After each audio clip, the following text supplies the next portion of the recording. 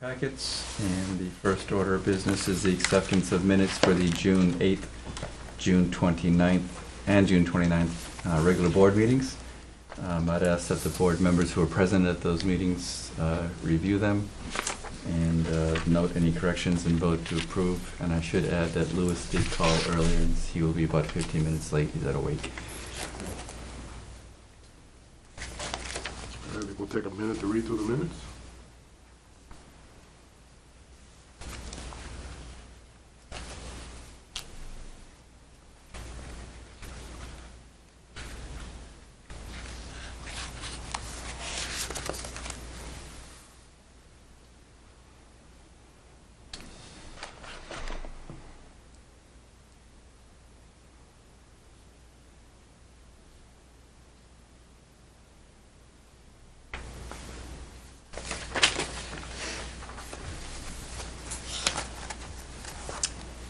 This one. Let's see, Okay. somebody has. We'll get So- into it. On this here, I guess I'm gonna go to something close to where we want to be. Today it's going to do a full-blown presentation, so I'll put pictures and all that stuff, but, yes.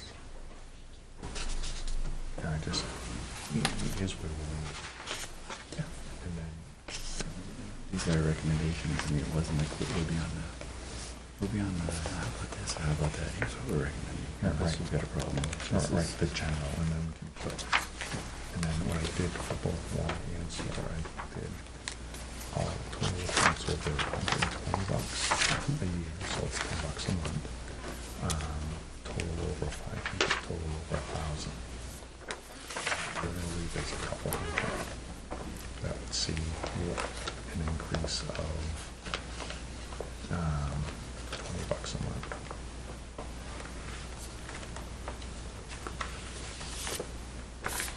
So there's only 200 out of like water, out of 3,200 accounts, 200 of them. It's like when the phone company drops your unlimited plan. What are you gonna do? It's Right, you know, it's less than 1%. It's gonna be that high. So I didn't crap it out, but it could. must be riveting stuff. It's awfully quiet. Well, I'm good with the first one. The second one, we make that reference to that 25%. Let's take one over, Okay. please. I had nothing on the first one. The only statement I had an issue was, it was also made clear that they don't want to hide the rate increases in the tier restructuring. It's the essence of it, but is there a better way to say that? Obscure, roll in, mask. We want to make, how about on the positive side, we want to make any rate increases transparent. We can do that. The other thing in that section was, we asked Joe to come back with specific recommendations on the rate changes, okay? And Paul indicated at the time he would help you out to do that. Yeah, so I have recommendations. Okay, I wanted, just correcting the minutes, that's all. Okay. Yeah. Okay, So when you're ready, I'm not trying to pressure you for that, Yep. but I'm just, Okay. I want to make sure the minutes reflect that. Anything else on the minutes of June 8th? I'm all set. I make a motion to approve the minutes of June 8th as amended. I'll second that. All in favor? Aye. Opposed? Abstained? So on the June 29th, we always use the 25%, which is the flow overflow. We should kind of add language to say this is 25% based on a Groton flow over total flow basis. Something like that. It's not a fixed 25%. That's just based on current, it's like the sixth line down.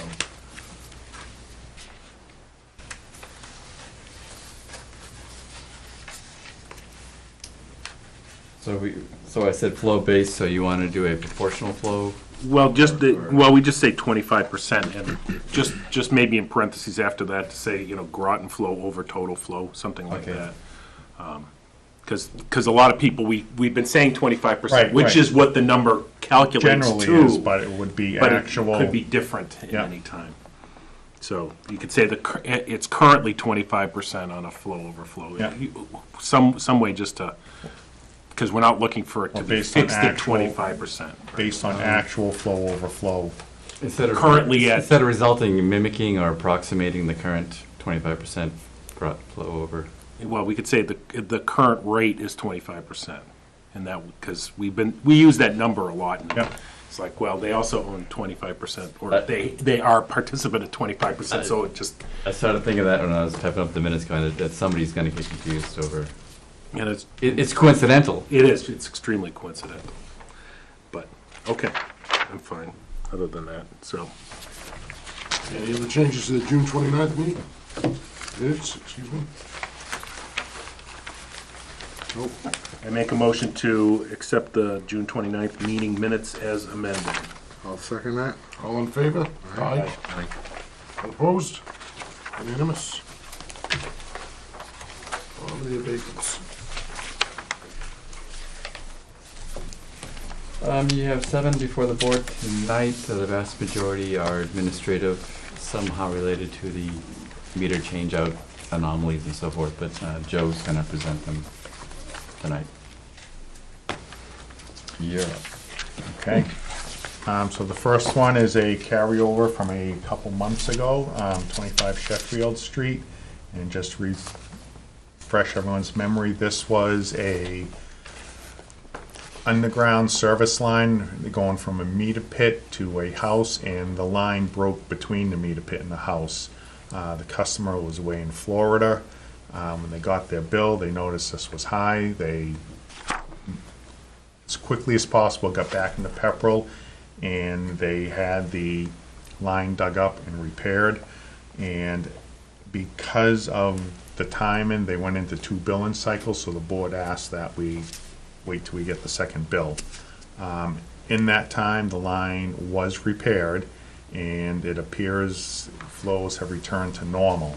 I'm not sure if, That's me. oh, she's here. I don't know if you'd like to elaborate a little bit more there. Hi. Yeah, I'm Constance Cummings, and we have our mail forwarded down. We're actually in North Carolina, and we had our mail forwarded down, and the bill came on Saturday. And after I had a heart attack on Saturday, Monday morning, I got in touch with Mr. Jordan, and he sent somebody out to read the meter, and we ascertained that in fact that it was a leak somewhere. This is not the first time this has happened.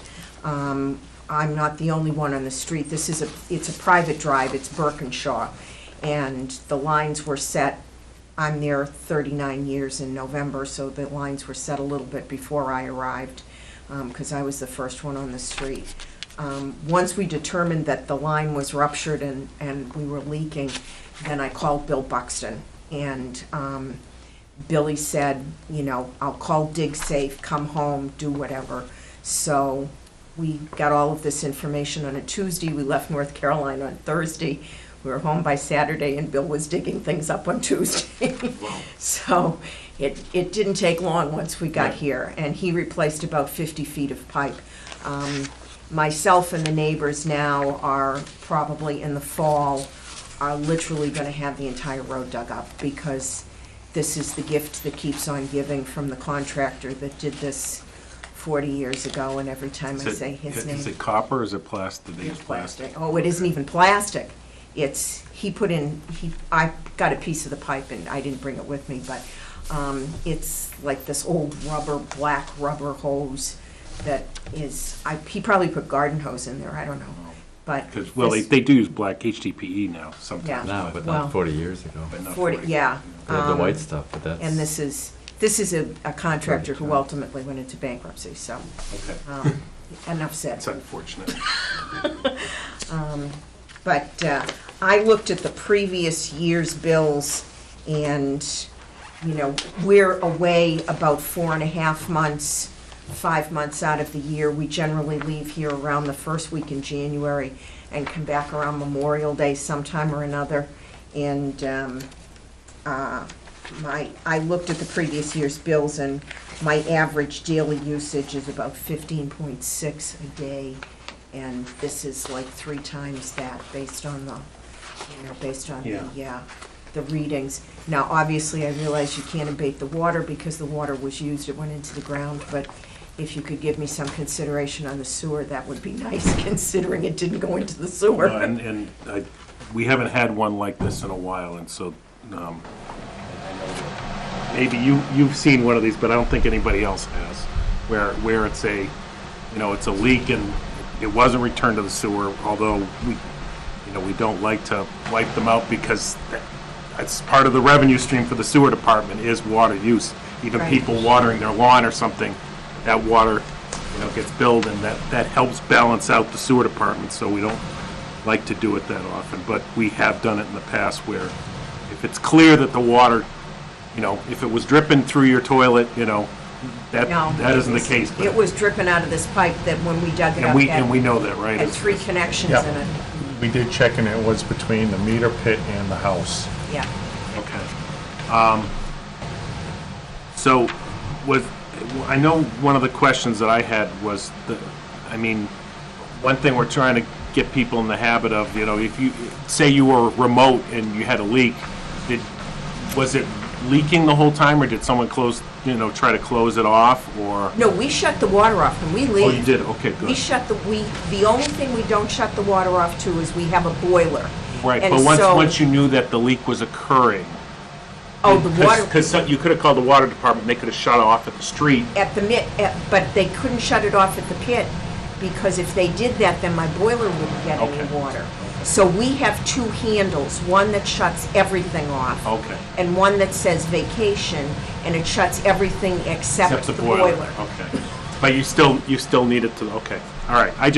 We were looking to try to get people, just because we're talking to you doesn't mean, there might be 3 people watching and we might educate one person to say, hey, you have a leak and you're not at home, you give us a call and we can stop it at the curb if you have nothing that you're worried about in your house. If you all would like to come up and put a meter on my house, I'd be more than happy to have you do it. But unfortunately, we're one of those private drives that has the old get The down meter at the pits. bottom. Well, Yeah. actually, meter pits have come back. They're actually installing them more nowadays, so.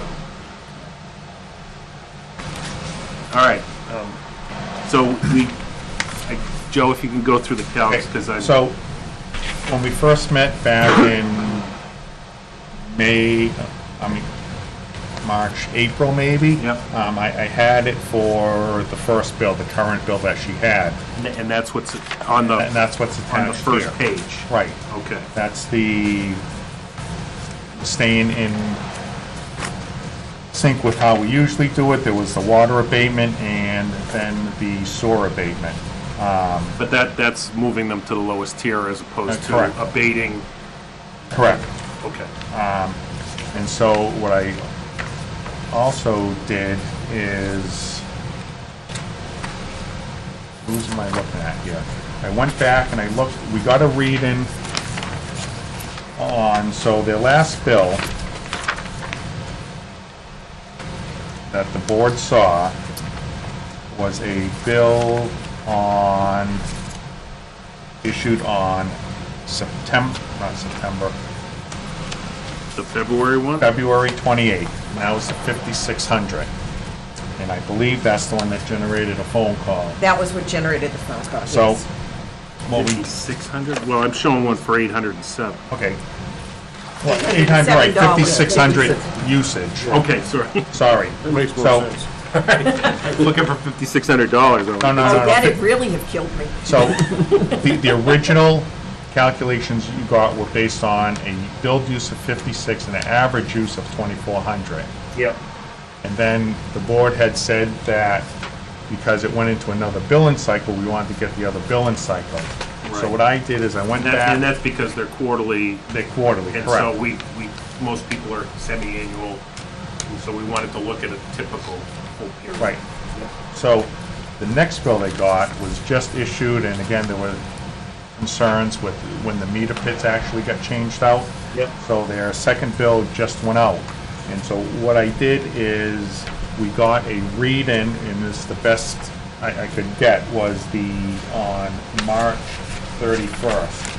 The leak was fixed on March 21st, so I have 10 extra days. So I looked at their flow, they had, in that period, they used 600 cubic feet.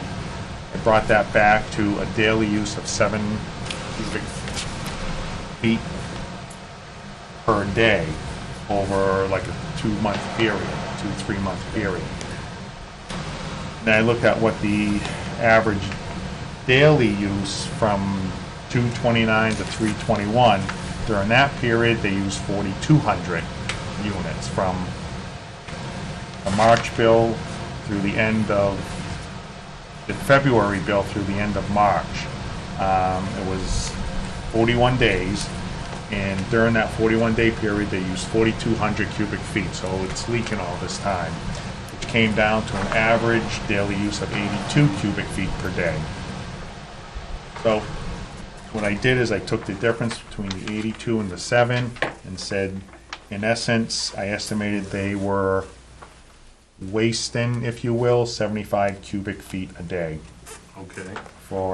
In over 41 days, it came out to 3,089 cubic feet Okay. at the current water rate of 0.2858 cents per cubic foot. That worked out to $88 for that 41-day period. Yes? You look confused. Well, I guess typically we look at what the original bill was, and I know we don't have an original bill for Right. this, but And for that next period, it's... they wouldn't have- this be billed, it would cross tiers, correct, this usage, or it wouldn't cross tiers? Because you're looking at it as a minimum, Right, for the abatement purpose, Bill at the lowest tier. was the bill at the lowest tier. but you're abating the lowest tier, you're not billing it, or maybe I'm misunderstanding, because the bill for water was $286.42, right? Okay, that is the, I spent so much time on this. because No, I it know. crossed multiple billing periods, and then there was delays, and so the second bill got stretched out. So, Where'd you get the two? Oh, because the leak starts, so, well, I guess, why is we know the this act- bill is attached, why is this bill attached? Because the leak started in February, right? right, Okay, so I have 2 bills attached. right. But we don't know when it started. No, we don't. No. But you're assuming, because but you're this- saying this- 41 days, and I guess that's what's confusing me. Okay, the 41 days went from The 2/8 read the date. 2/8 to when it was repaired on 321. 3/21. That's my 41 days. Right, but you're assuming, that assumes that the leak started on the 8th, when the leak. No, right. So we have two separate sections. So the first bill, let's Okay. go back. First bill issued on February 28th. Let's just start with that one. They had 5,600 cubic feet of use, and they were billed $807.36. Right. Let's just take that as a standalone. Yes. So for that one there, that's where this first sheet comes in. So we calculated, just based off of that February bill, they used 5,600 during the period, so it was leaking. We don't know when it started, but we Right. just know it was leaking during that And period. their typical use is 600, or, No, typical use for that billing period. Yep. Because now. In the past. Yeah, in the past was about 2,400. 2,400. So Okay. I took the difference between what they used, So 3,400 cubic Yep. feet. Yep. okay, and typically what the board will do is they'll bill that excess at the lowest rate Correct, on a water basis. for water. And so I did that for the February bill. Okay. Let's just focus on February. Yeah. That came out to an abatement based off typically how the board calculates Yes. of $113.25 Okay. for water. Okay, I'm good there. Okay, I did the same thing for sewer. Looked at the typical use of 2,400, calculated out what they would have been billed, And that worked out to a sewer abatement, of through, Well, you just said if their standard usage was 2,400, then the charge is 198, and anything above that was not a charge. well, the That's how you got quarterly, the $300 right, and 54 the cents. quarterly though. Correct. So quarterly, you only get $12.50. Right, well, but the total is 1,250 plus 1,150, so it's 24. Yeah. Right, so. So the for that total charge first- was $300.54, what the bill should have been at a 2,400 cubic feet usage. Would have been $198.55. Would have been the bill, but the actual bill was $499.09. Correct. So So- that's the $300.54. No, that's, okay, and then we bill the excess sewer at the lowest rate, or did we want to wipe the sewer out completely? It didn't see the sewer.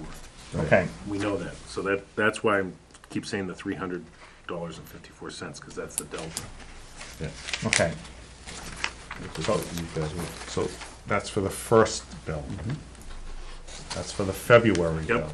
Now we Okay. cross into another cycle. Yep. So I And this is the one we're doing the ratio now, we're doing. Right, so now we're doing ratios, and in that cycle, as Mrs. Cummins said, you go back and you look, in the last 2 years, they had zero use for that billing period. You go back 3 years, they had a little bit of use of 600. I kind of Yeah, no, used 600 and I disregarded the zero, so Yep. it's kind of in our favor. And so- it's not our, I mean, she's getting a Right. large benefit Right, right, by us in So- entertaining this, because Right. where Joe came from, he said no, all the time. That was all he said, was no. no, I would give this a 50%. Yeah, Because it's something that isn't, the normal person wouldn't realistically see the leak, right. but it's still a leak, and so trying to work. A running toilet, you hear it, you see it, Yep. those I say no to. So that's where I started doing the ratio. So I used the 600 for that 3-month period, so 90, so I came up with the 7 cubic feet per day. She actually used during that period, at 41 days, 4,200 cubic feet, Okay. worked out to 82 cubic feet a day, so I said it was in excess of 75 cubic feet. And so, yes, I guess I was abating the entire, no, I was billing water at the lowest rate.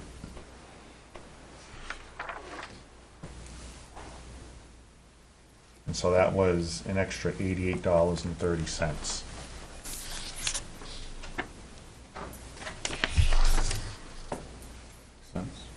So basically, the whole water usage is getting billed at the lowest rate because she Okay. had such a low usage. 600 would have fallen in there anyway. Right, but usually that, you start with the real bill.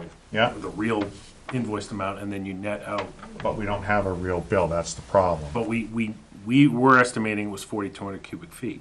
Right, So if we went through the calcs and said 4,200 cubic feet yields this bill, yeah, and then we bill it all at the lowest tier, then that delta becomes the abatement. which is the same as, because their original bill would have been at the lowest tier. If you Correct. take the delta and you bill that at the lowest tier, the whole thing is still at the lowest tier. She never triggered Right, a okay. second tier. So it just happens that the whole thing would be at the lowest tier because the usage was so low. Okay. All right, I want to make sure we're not going in a direction that we're either over abating or under abating. And I think because looking it at was, the values, I think. because it was only 600, the typical use for both water and sewer, she never would have triggered that second tier because it was so Okay. low. And so billing the excess at the lowest tier as we typically would,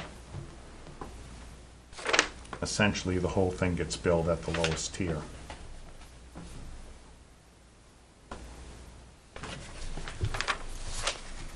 I guess, but in the sewer case, you're doing it as a discharge to sewer and not as a, because your abatement is, So on sewer, I think But the values, I'm doing it here, the value's almost the same if we do it as a direct,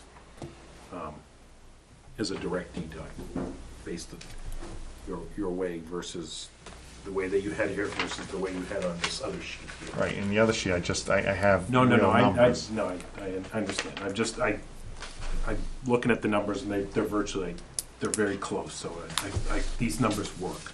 So, you know, in short, I came up with a total sewer abatement of $556.13 and a total water of $201.55. That's for both billing periods, which Yep. right now, it's over $1,000. Right, $1,700. Yeah, 1,700 total is what. So so we can base 750. Right, so it goes from 1,750 to 1,000 essentially.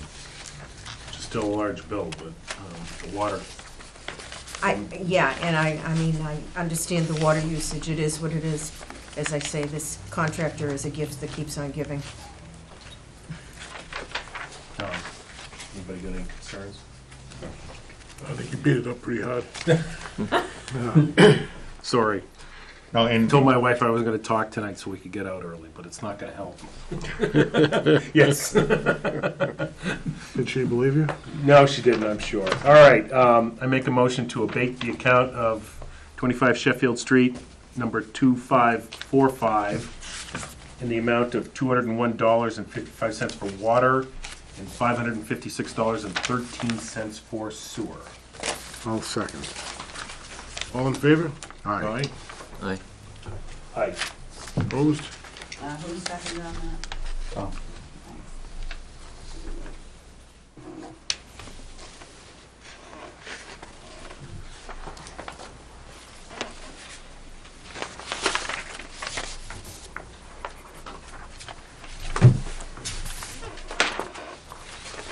The rest are easy, right, Joe?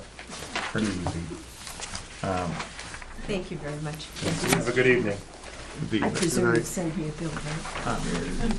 I'll get a bill and I can just Yeah. write you a check? Yeah, we'll contact you as to what needs to be paid. Okay, Okay. super. Thank you very much. Have a good evening, gentlemen. Good evening. Second one is who? Carriage Estates. 37 Hollis. This was, again, another issue with the meter change out. There were occasions where what the installer wrote down for a final reading and what the real final reading was didn't always match.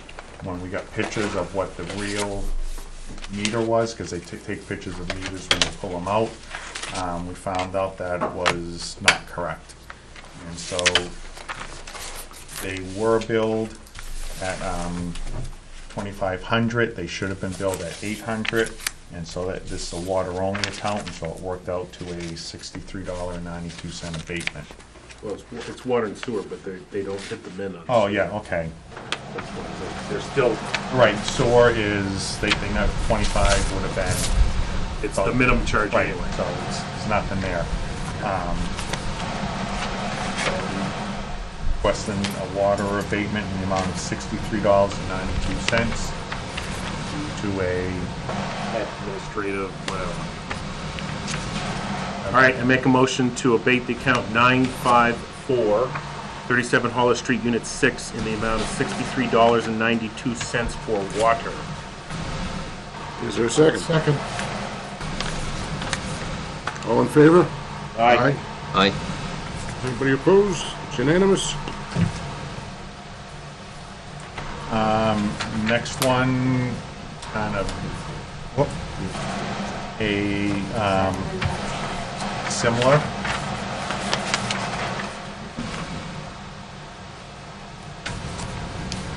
Lots of writing on this one. Yeah, if you flip a couple pages further back, there might be a clearer sheet to understand. If you flip one more page. Yeah, no, I'm Oh, just, okay.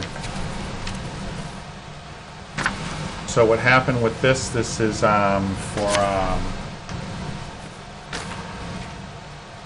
for Mason Street.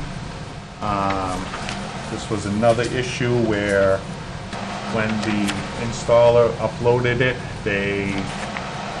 your links got screwed up, and so the original bill calculated out to 10,200 units for sewer, and only 731 for water, and we said, wait a second, that's not right.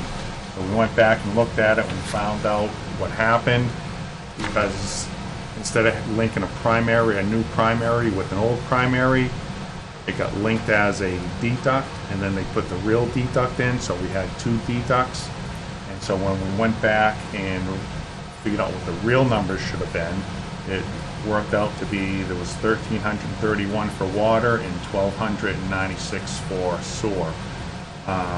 So the water actually went up a little bit when we corrected it, but the sewer dropped substantially.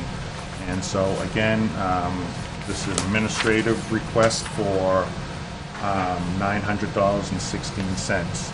And that's just for sewer, so we're gonna. That's just for sewer. So we are reissuing the bill, increasing the bill for the No, water. the bill was the customer actually saw the reissued bill, and so this is kind of a formality we're Okay. going through. So the customer never saw the really high bill. Okay. I make a motion to abate the account 1596 for 6A Mason Street, in the amount of $900.16 for sewer. I'll second that. All in favor? Aye. Aye. Opposed? It's unanimous.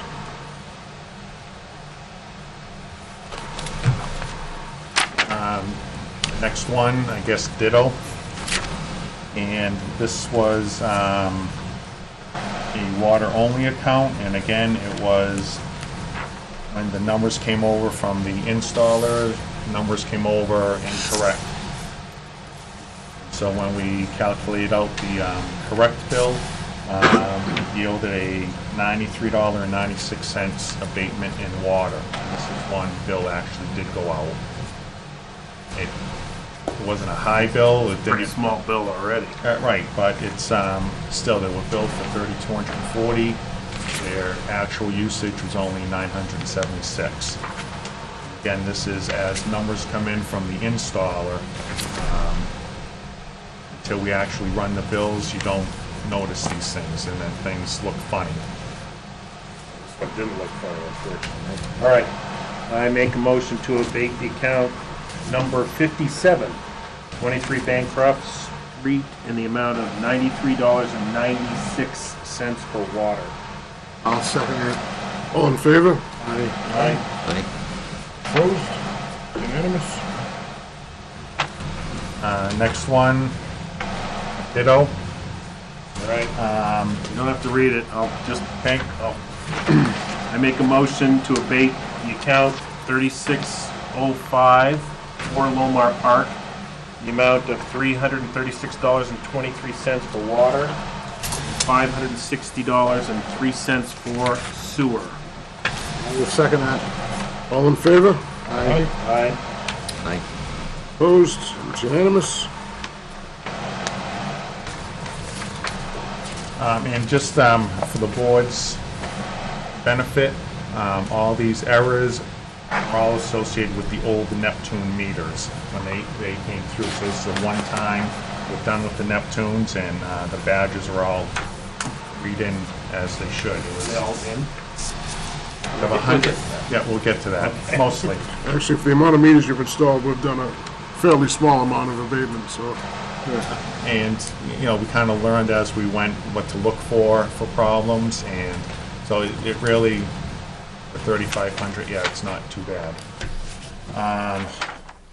Next one was a similar but different. So there's no bill attached for that one. Yeah, this one here is the customer, I tried to put a little note on the very back. The customer has 3 water meters installed. There's 2 primary meters and 1 deduct. And the way the primary meters is they have a 2-inch meter and 2 1-inch meters. The 2-inch meter is tied into a a town water line. And so all the flow that goes through there is billed for both water and sewer. Of the two 1-inch meters, one is attached to a well on the property. And so we get that reading for the purpose of billing sewer only, because it's well water. And then the second 1-inch meter is a deduct meter. And again, when the original bill went through, they took the 2-inch and a 1-inch, and they were both billed as primary meters, when only one should have been taking flow for water, and the other was only sewer. They were both billed for water. Is the deduct only associated with the 2-inch meter? Yes. I presume. Yeah, the deduct. Oh, deduct is, But when we, It's off when the we one- the bill, deduct are is they, off the one, I is think, it- are right? they considered combined services?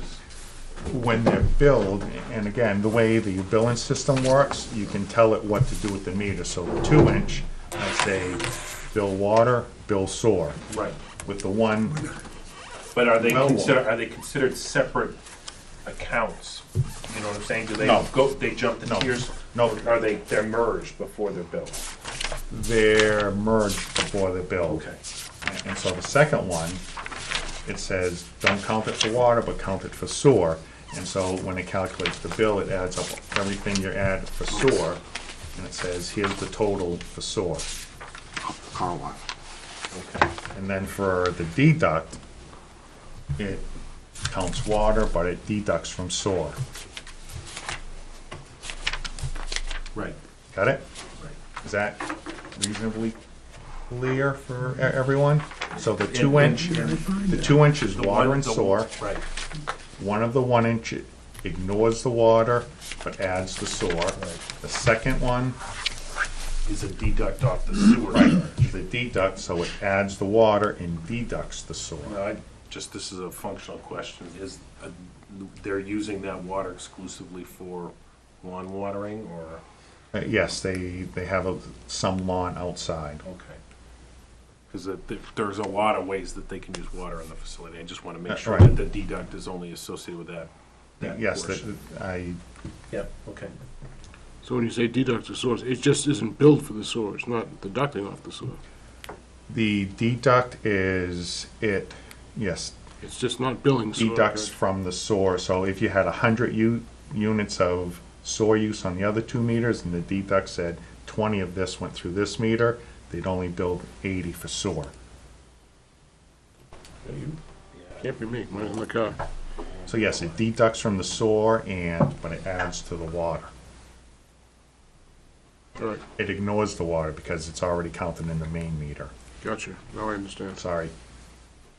So the sewer was correct then in the bill? Because we're not making any adjustment to the sewer. Correct. Okay. And what they did is they added that second 1-inch line was added to the water. The well water was added Okay, to the town water bill, which it shouldn't have been. okay. So we're just deducting that part of the bill. Correct.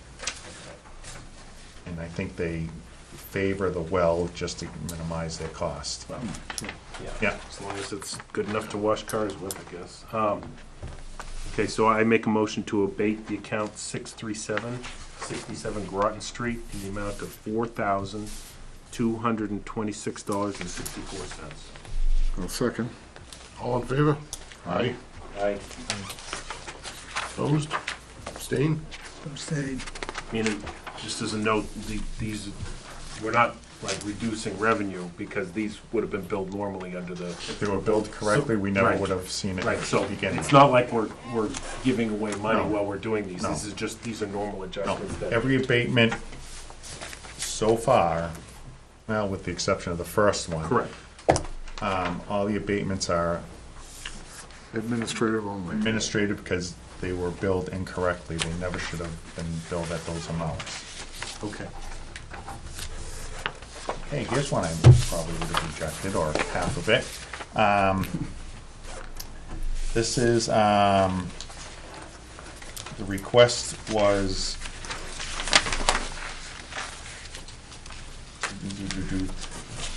individual had a water line that supplied an outbuilding. It went to apparently a hot tub, an email says here. And the meter was in the house at some other location, but it went through the meter, then it went underground, and it went out to this outbuilding.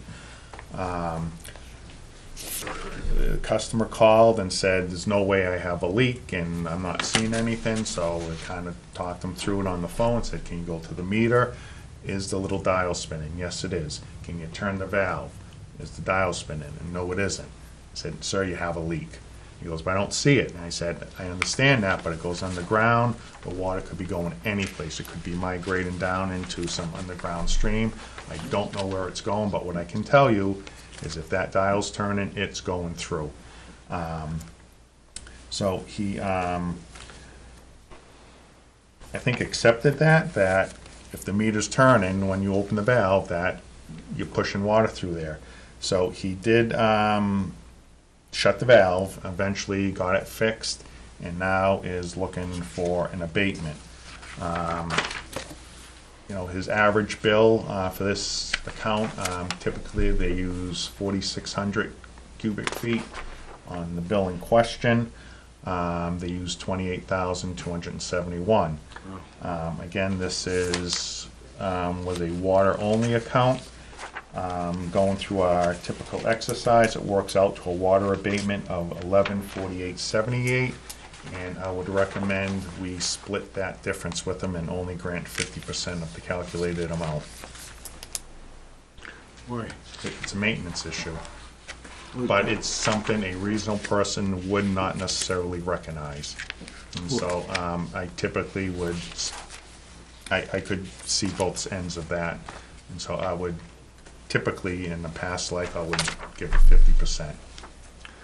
Was the leak underground? Yes. And And did he he is- repair it? Yes, he did. And he insisted that it wasn't leaking because there was nothing visible in the building that it was feeding. But, so I'd say, okay, it's a reasonable that a normal person wouldn't see that. But the fact is, it still went through the meter, and there still should be some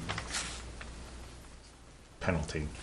And so, So if you if we, if we were to abate the full amount, not that you recommended 50%, we're still billing at the lowest rate? correct.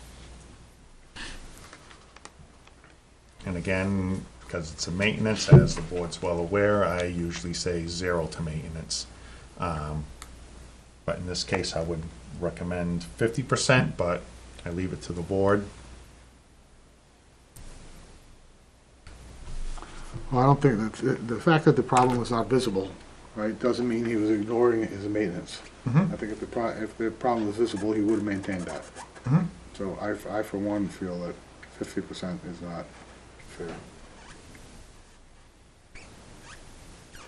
Any other thoughts? Leave you for last, Paul. I'm out of words. Well, could it be 75%? I'm not out of words. I mean, Not surprised. If I may comment is, just, our typical is to do on this type of thing, but again, we've talked about not, you know, that if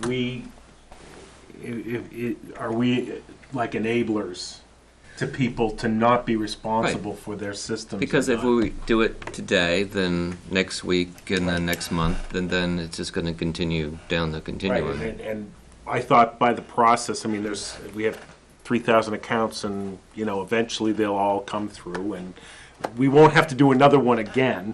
I mean, the other process is if we get to be more frequent billing, like quarterly, the amounts of the potential abatements go down, so it's not really worth people's while. They will have better information. We'll have the new meters will be Right. giving us alarms to say, hey, something's going on, you know, so hopefully this process becomes a little less onerous for us, because it's $1,100. I mean, the water got used, you know. It wasn't used in a fashion that we would want to use it, but it got used, and so, every time we do this, it's like, are we stealing from our water system and making other people pay for that water that was produced? Well, we're still, We are- we're still charging for the water. We're charging at the minimum tier, but the minimum tier doesn't necessarily cover all our costs, because we have several tiers that we charge people out to collect all the revenue we I need. guess my feeling is the guy noticed the problem, we got the bill, we Yeah. addressed the problem, right? The- Right. No, and that's been our practice. I've been sitting at this table a long time, and I was a proponent of it, 3 or 4 years ago when this all started, and now I'm starting to kind of feel like we've been doing this a lot, and maybe we gotta start to think about being a little firmer in the process, But I leave it to the others to make the motion. I think that's a good point. I think it's a good point, a balanced viewpoint. Well, I understand what you're saying, that it's a maintenance issue, but to the other side of that, how many homeowners would test a line? Underground. Not many, and so it's, again, in my past life, water never got abated because they only had a single rate. There was no tiers, it was, you pay this much for every, so there was no abatements in water, it was only sewer. And so in a case like this, I'd say, well, we were all unique, and the reason I picked 50 is I don't have to think, ooh, what did I give this guy, what did I give that guy? It was either 0, 50, or 100. And that's, so to address Jeff's question about could we go 75, I don't like to do different ones. No, but we have done other things on Yep. nights when we have a unique situation, not to say this is that unique, but Yep. we've had, kind of ones that didn't fit this situation where we kind of said, all right, we're gonna do X, we said $500 in one case, just, that's what we feel is right for this particular situation. This one here, our typical is, that full water abatement that's listed there. That has been the case. But, to Tom's point, I think there's a difference between maintenance of, I heard the toilet running, but I didn't do anything, versus I haven't Exactly. been in my basement to check my spinning dial Correct, right. in a I while. haven't been out to the hot tub in a while. It's not like they And it ignored wasn't it. showing out there either. Those are the ones that bother me, is like, oh, well, yeah, I know the toilet was leaking, I didn't think it was gonna cost me Oh, that much. correct. That- Yes, no, those That's a are- lack of maintenance. Yes. Or my tenant didn't, well, if you have a tenant, then you need to be more proactive. But we at some point should revamp it, and we'll probably revisit again the whole abatement process.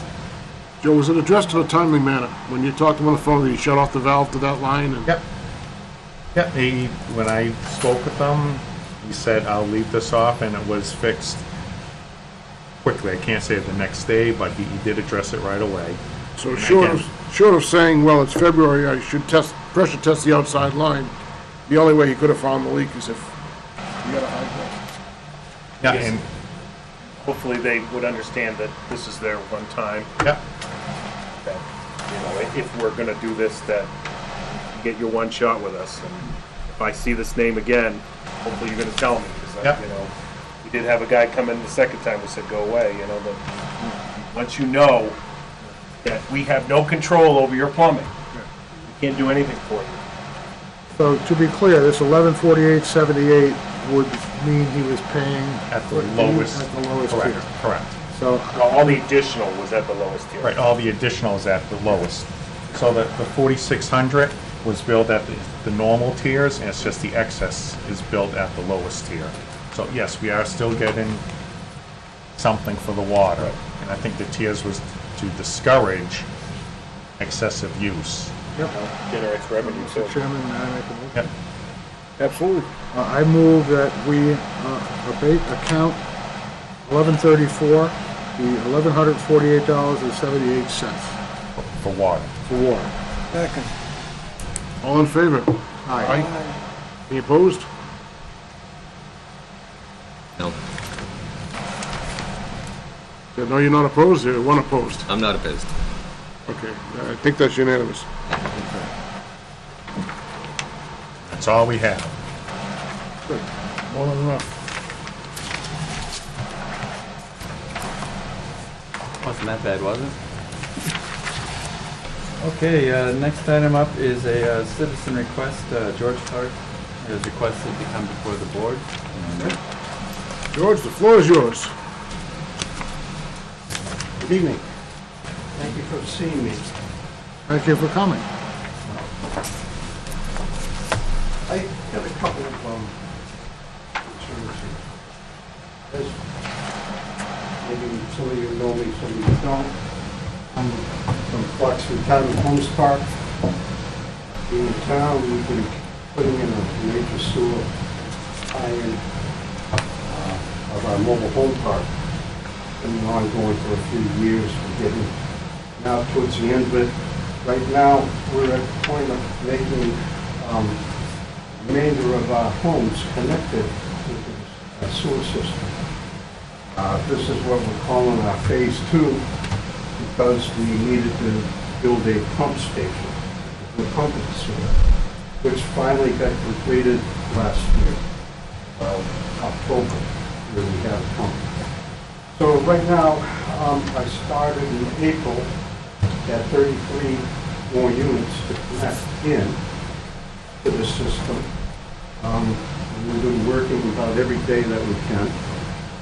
And lo and behold, I get a bill, invoice here from the sewer department for an inspection fee at $125 a unit. So I'm sitting here and my wife came with me and said, we've never paid any inspection fees. I don't understand what the inspection fee, how you come up with this.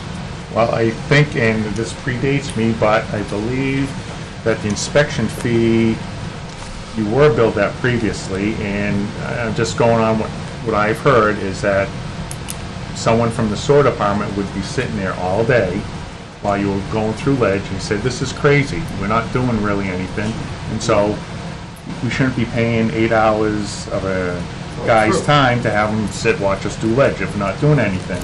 And I don't know if Ken can elaborate on this, but it was agreed at that time that, okay, we won't watch you do ledge, but we still want to do an inspection of the final connection to make sure it was done in accordance with the regs. Okay. And so at that time, we said we would just bill per unit. And before you backfill, give us a call, we'll come in, we'll do the inspection. That was never told to me. You and me had a meet, you were at a meeting. Yeah. At my house. Yeah. With the state guy who I think you probably have called. Yeah. About us not having that job done yet. Yep. And during the time, we got talking about, this was, I made an agreement with the state that we would get my job done this year. Yep. And you talked about you'd like to see this as it's done, but you never said anything about you were going to be charging me inspection fees. You would like to come up and see it as it's doing, which Carmen has been doing. Yep. Coming in, drive through, stop in, and see where we're at, how many units we got done, and so forth. And that's about it. How do you come up? I mean, and I guess in the regulations, the board's regulations, there is they refer to it as a connection fee of $500, but that's really the inspection fee to go up and do it. And we only charging you $125 per home. This is up to the board. This is up to the board if they want to say, we're not going to charge you any inspection fees. gentlemen, this Everybody is my else, system. Correct. Okay. But I own it. so you understand, we're not metering the sewage that's leaving your system, right? We're metering you on the basis of water meters. Right. Okay? So that means the entire system we have to trust is built to very tight standards. So if we don't observe that, we have to hope that you are, or we should be putting in a sewer meter and billing you based on that sewer meter. So if you have some leaks or you have some poor piping, so without that inspection and knowledge for us, then we have to, we now are subject to potentially, ineffective construction or. All right, well, that's got nothing to do with it. That's got nothing to do with this charge. I think you're. It doesn't? getting off. no, it's, So if the leak, Because, so I mean, if you put excess water into the sewer. The thing that you tested, okay, and the sewer department came up and monitored, is when I pressure tested my mains and vacuum tested our sewer manholes. That was done, you don't do any pressure testing of a sewer tie-in, of a service. Because you do observation of it, you look at it. Okay, the observation. So But I hence haven't the had somebody inspection. there every day looking at every unit. He's coming through, looks at them, I give them the as-built, so I'm doing all my as-bills. I've gotta have this thing good. I have over $100,000 invested in a pump station, just in pumps. I can't have just junk going down in there and ruin my pumps. A little excess water isn't gonna hurt your pumps, but it's gonna hurt our system to have that And excess I water. think the whole purpose of the inspection, if you recall, we did say, before you backfill, just give us a call, we'll come up and we'll inspect the line. And just like we do Well, every other we're not contractor in town, We're not getting anybody coming out all the time. He comes out every now and then. 120 you, pumps. you should be calling Put us it this before you way. you should be calling us before you backfill. If you don't But call, sometime I'm backfilling at 4:30, 5 o'clock. you need to call us and let us know when you're backfilling, and we will do our best There to was- accommodate. There was never any of that discussion when you were at my house. We With this said that meeting. we want to You said you'd like to inspect. be able to see it. Before you backfill, No, yes. No. Yes. no, We have a difference of opinion. We can, I guess we do. we won't The say other yes, thing- no all night. You know, I paid, back in 2007 or whatever, when the town extended the sewer up into Mason Street, okay? That project was caught, the town paid out about $430-something thousand. We, the park, paid $320-something thousand of that bill. Now think about that betterment I had to pay. And now I'm gonna get charged all these other fees? And the town, the sewer department got to, get all the connections all the way up to my park, all along Townsend Street, because we paid the majority. I mean, even when I was on the board, I don't think we've made people pay. If they paid a big betterment like that, you didn't pay them big inspection fees or tie-in fees like that. People that pay. a And then permit when in still the pay a beginning, connection. okay, Right, and when we Pete- were putting phase yes. one, we had, when Mark Richardson was in charge and stuff, they were coming up, had a guy, that did sit there all the time, and I said, this is ridiculous. And I'm not paying for the babysit your guy to sit here, especially when we're in ledge, which most of the place was, and so forth. Though it did come to an agreement that, yeah, every now and then, and, we paid a minimal fee for when they wanted to see the main line, and then see the pressure testing, and so forth like that. But now, and back before, when I was doing any tie-ins, when I don't remember her name that was in charge, I never got billed inspection fees like this. We never paid any of that. And all of a sudden, this is coming out now. I don't think it's So fair. are you requesting that they be abated? What are you asking I from don't, us? what I'm asking, I don't feel I need to be paying that much for every one of my units. So, okay, you don't wanna, so you don't wanna And pay sometimes, anything? even Or if you you wanna come pay up- some of it, or you Some- wanna, I mean, No, I don't think the money we've been paying. And then, look at my sewer bill, which I'll get into next, is what the money you're gonna be making off us. Which I'll get to after I'm done with this here. Even if, let's say, he's charging me $125 each unit. Now, sometimes you're coming in, and if you were looking at, we're coming in with 1 6-inch pipe, okay, going in between two units, putting in a wire and going to this unit and that unit to pick up 2 units off of 1 6-inch pipe. Even that, I mean, you're charging me for this one, this one, this one, and it's probably just one service, with 2 pipes going up. I mean, even that, I mean, I'm paying $125. but for just each so you one. understand, we And have we're a only gonna- process, and it sounds like the process isn't being followed right now, okay? Our process is to witness the physical connection and the installation of the pipe. So it sounds like, and I don't know where the fault lies, but there's a fault here where our process is that we have to see that. We have to see that occur, because as you said yourself, it's not tested. It's not normally tested. So now we have connections to the system that could Yeah. result in excess water getting into our system, which we have regulations. The state regulates that. So does the EPA. It says you can't have excess water in the system. So now we could be at fault because we weren't able to do our job. Now, it costs us money to go out and do this inspection, because the other people in the community shouldn't be paying for our men to stand out there and do that. No one's coming every single time to see him. They Are you should be, though. calling? Are you calling to inform them that the Well, connection needs to be When I made? called, unfortunately, I don't want to throw Carmen under the bus. He's coming out and he said, you guys know what you're doing. You know, and he's swung in, taken a look, could see how we done it. He's seen us for years now, doing this, my men. We know what we're doing, guys know what they're doing, and so forth. And it's been, he said, you know, I'm just, you know, take a picture every now and then, and ask me how many you got done. Are you gonna give me as-bills? And I said, yes, I am. I got an envelope for him now. I would consider yourself very lucky then, if that's the case, because that's not the process that we had prescribed to occur, okay?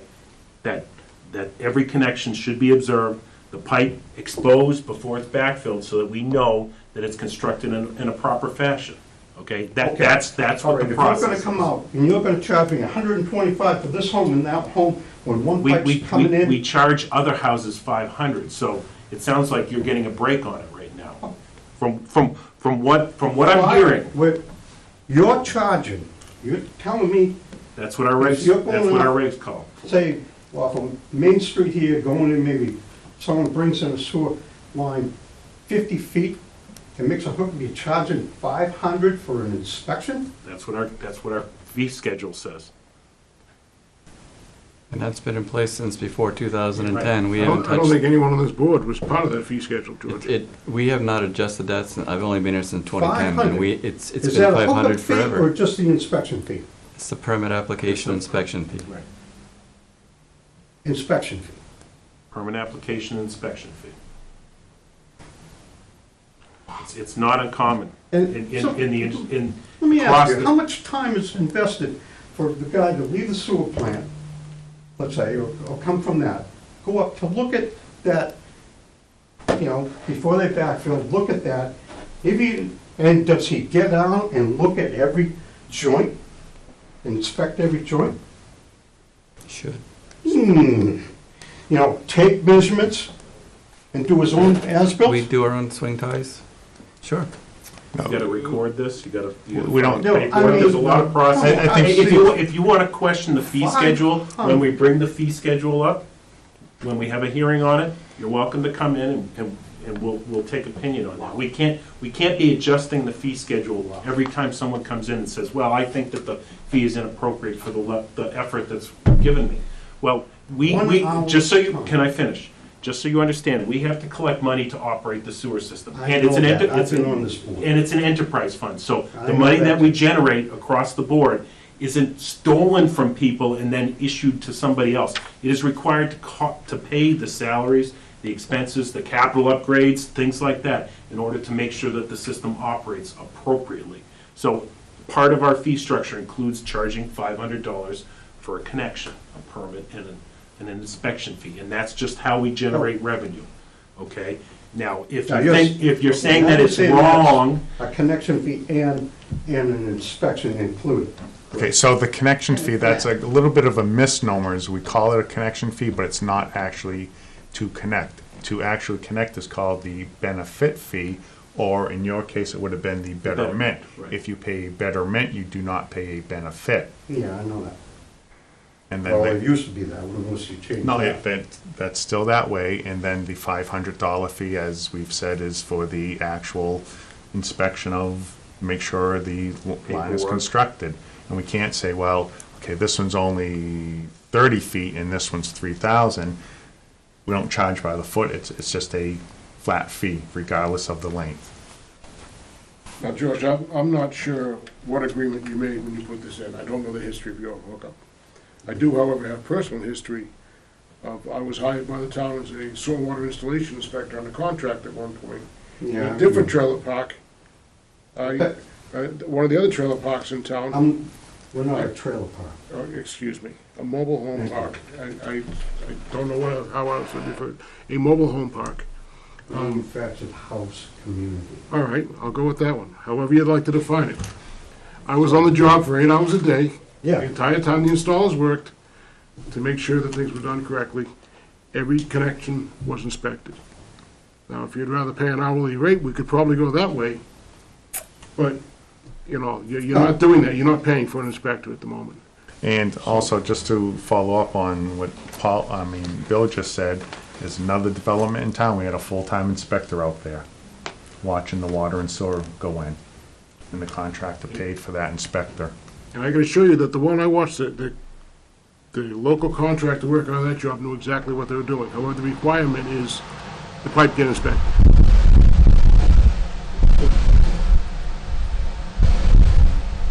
I think that's sort of just way too much. After what we're paying, and for each home, to connect to my own pipe.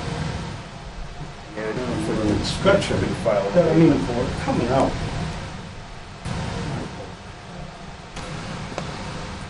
So that's. I don't know that it's approved. Well, if you were to file an abatement, at least Joe would have time to put something together for us. I think every other person would come and say, well, I don't want to pay it either. Right. So we can put together either by, hourly, and sounds like maybe I need to talk to my staff to Yeah, say. it sounds like we're not consistently applying the Yep. rules. But it's, again, if the board wants to consider an abatement, I think that opens the floodgates for every other contractor to come I'm and not say. saying we're gonna consider it, I Yep. just don't know what the Yep. process is, the Yeah, gentleman is I'm just- upset at having at being charged 125, it sounds like there might have been some lack of communication. And so if he believes he should be zero, everybody else knows it's 500, Yep. right? Because they fill out the paperwork, it says 500, we take a check or whatever it is in order to, in this case, something different happened.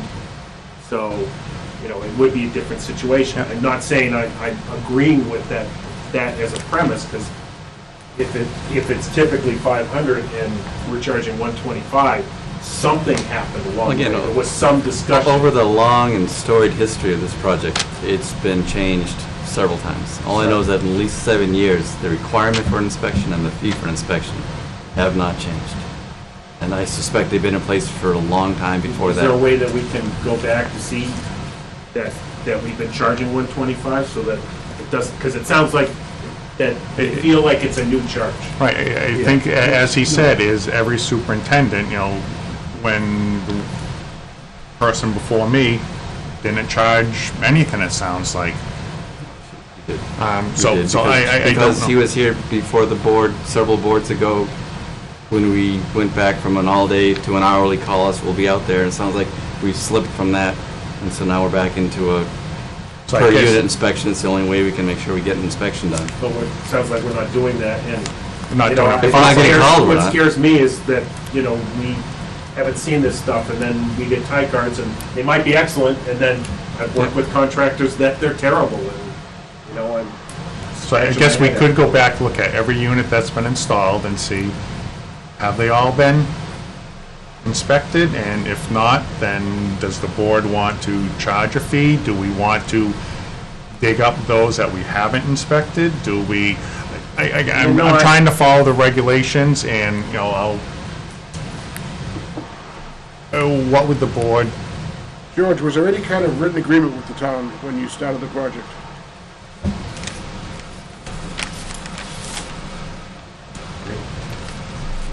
Make changes of the zoning. I know there was one problem we had was, in the very beginning was, I think we probably still have it, was no more than 2 units to a 6-inch service. And I was at 3 homes, 1, 2, 3, and here I am bringing up a 6-inch pipe. And I couldn't connect the 3 homes to the 6-inch pipe. So I had to bring in another 6-inch to do this one little home, and then could do them to a 6-inch pipe. Now, it's ridiculous.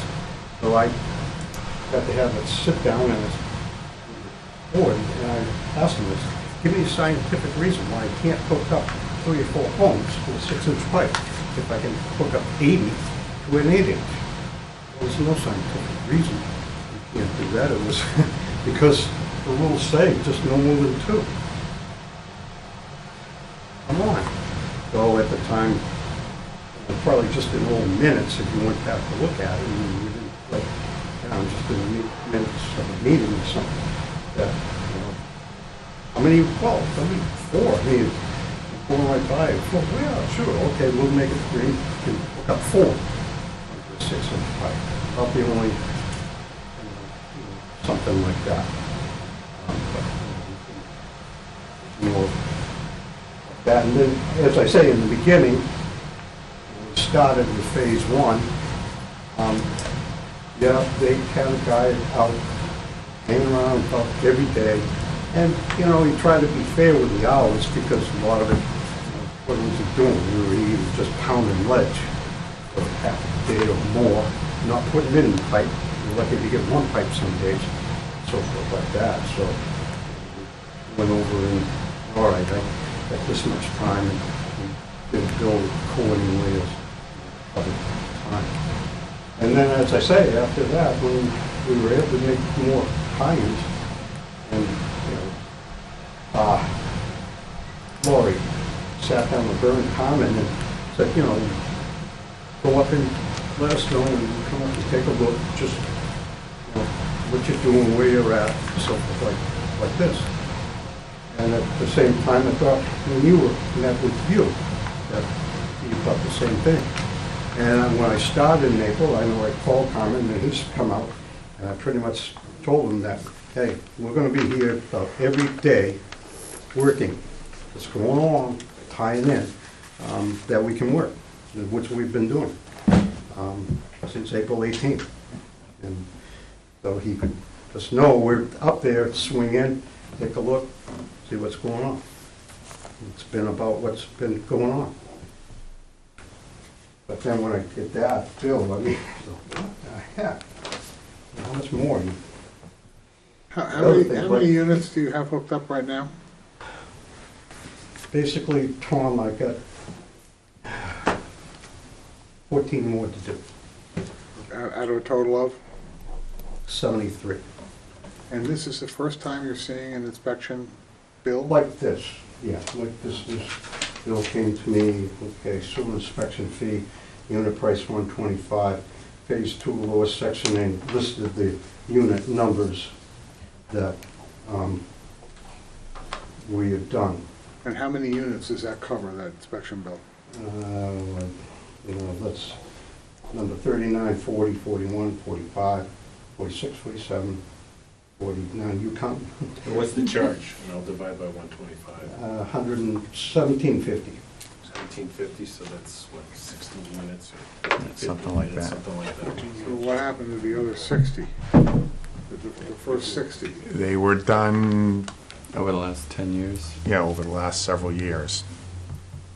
So these are And the they were first not ones. billed. They were not billed with. Well, we don't know. I would, it predated They were- me, so I would have to go back and, There have been inspection bills, again, Mr. Clark's been before the board before questioning and negotiating inspection fees, so we'll have to go back and pull the meeting minutes and try to untangle it.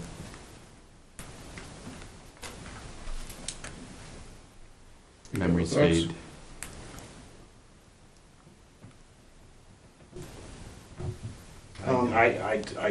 To me, it sounds like the process has been sufficiently obscured, and it definitely has to be defined again, what the expectation is on both sides. I think it would be, I know it's a waste of time, but, you're claiming that you haven't been charged this before. Now, it sounds like you have been, so if you haven't been charged it before, maybe you have a case, but My understanding was at an hourly rate. I can't speak to the 125. to 125. But it was an hourly rate, and it was agreed upon notice, we'd be out there trying to minimize those charges. But there hasn't been notice. Correct, so There are notices, come by when you feel like it. That's, I'm paraphrasing. This but- catch-22 that's been going on for Right. years. Well, they would come in after, phase 1, which was the other section, then we started coming down the hill, putting in infrastructure down to where the pump station was, and that, we didn't have a full-time inspector. He would come out maybe once a day, check in, see where we're at, how many pipes, you know, how's it going? What are you up to? About it. I mean, not stand and watch it every single pipe. Then, of course, we did the pressure tests and vacuum test of everything, and that's when, at one point, the sewer department did do some with their own equipment, but then got away from that. The truck wasn't working, and I hired a company to come in and do it and have them there to check it and pass sewer main or manhole. To the point that those were all done. Do you remember getting bills for hourly wages? We got bills for some of them as it came in, but it was, you know, it wasn't like we got for the sewer main work. But since when I started doing any tie-in of homes, I never saw like 125 for unit 1 or 2 or 3, 125. We've never got that, never had that. And then all of a sudden, this is what I get, and I go, oh my God. How much more money do they need?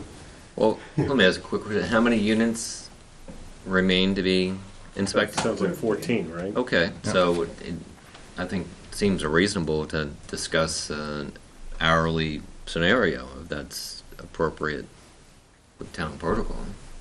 I mean, you don't have to, it's gonna have to be one, it's gonna have to It's be only one. if we get notified. I mean, Right, it it's gonna- sounds like we haven't been officially Well, notified then- either. Then I think we need to maybe regroup at another time and look at process and protocol and procedures.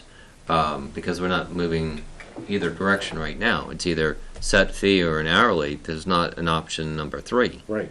So I think that perhaps we should do some research and then re-engage because we're not making any progress here. I mean, Right, but it sounds like he's gonna continue to connect, and by the time we well, then solve this, then they might perhaps, all be done. well, perhaps the response should be expedited if it can be. I mean, is it possible to have a quick turnaround and Sure. re-engage? How far back do we want to go? Well, I Well, don't see why we would have to do any great research. I think, Only because I know we will find meeting minutes from, I can't tell you how many years ago, when we sort of had this last discussion, but they should be indexed and we should be able to find them fairly readily. okay. If nothing else, you should be able to find bills by account, correct? And absolutely. You the should be then able bill to pull a should be tie available. card or a connection. Normal for- connection fee is $500 per unit. Yeah, I mean, we're a We're bit billing at a of, rate of Yeah, one and a that's quarter. we're a bit of Yeah, but you disadvantage just said here. that's a hookup fee with which includes your inspection. But I mean, Well, not- The hookup is the benefit fee. Let's not lose track of that. well, there's only 3 scenarios. The third scenario is that the town isn't going to allow you to not uncover any charges associated with what you're doing. So, Because it costs us money to do So- something. correct. So there's 1 or 2 scenarios. It's either going to be an hourly charge or a flat rate, and so it's just a question of how are we going to proceed. So I suggest that. But it has to include all the bits. It has to include, I mean, he's sitting on all these tie cards that we now have to process. So, you know, we have to file, Post-process. we have to, you know, make sure that they're associated with accounts. There's a lot of, so whatever fee or hourly rate that comes up with, it has to include all the costs, which are included in the 500, and we're reduced to 125. Well, but- let's have DPW director do some research, and then we'll decide how we can re-engage. That's a good point, Paul, too. I mean, these tie cards, I'm guessing they're not electronic, and they have to be electronic to be put into our system. So I mean, there's post-processing fees and so forth. But I apologize, I mean, not knowing what this discussion is going to be tonight. We're obviously sitting here unarmed and unable to Right. answer your questions tonight. I would but, suggest we um, don't so have then- enough information to make a decision Right. tonight. What I would request, George, is we're gonna continue to bill the next 14 units, the 125 per unit. B, we have to inspect the pipe before it's buried. All you have to do is call us, and we'll send, that's a problem too. we'll send, well, let me finish, please, all right? And I would like you to file what's the word I'm looking for, abatement. And that will give the sewer superintendent time to do some homework and come to us with his information, and that gives us an idea what you're looking for. Now, you must realize there's gotta be some type of fee for the inspection.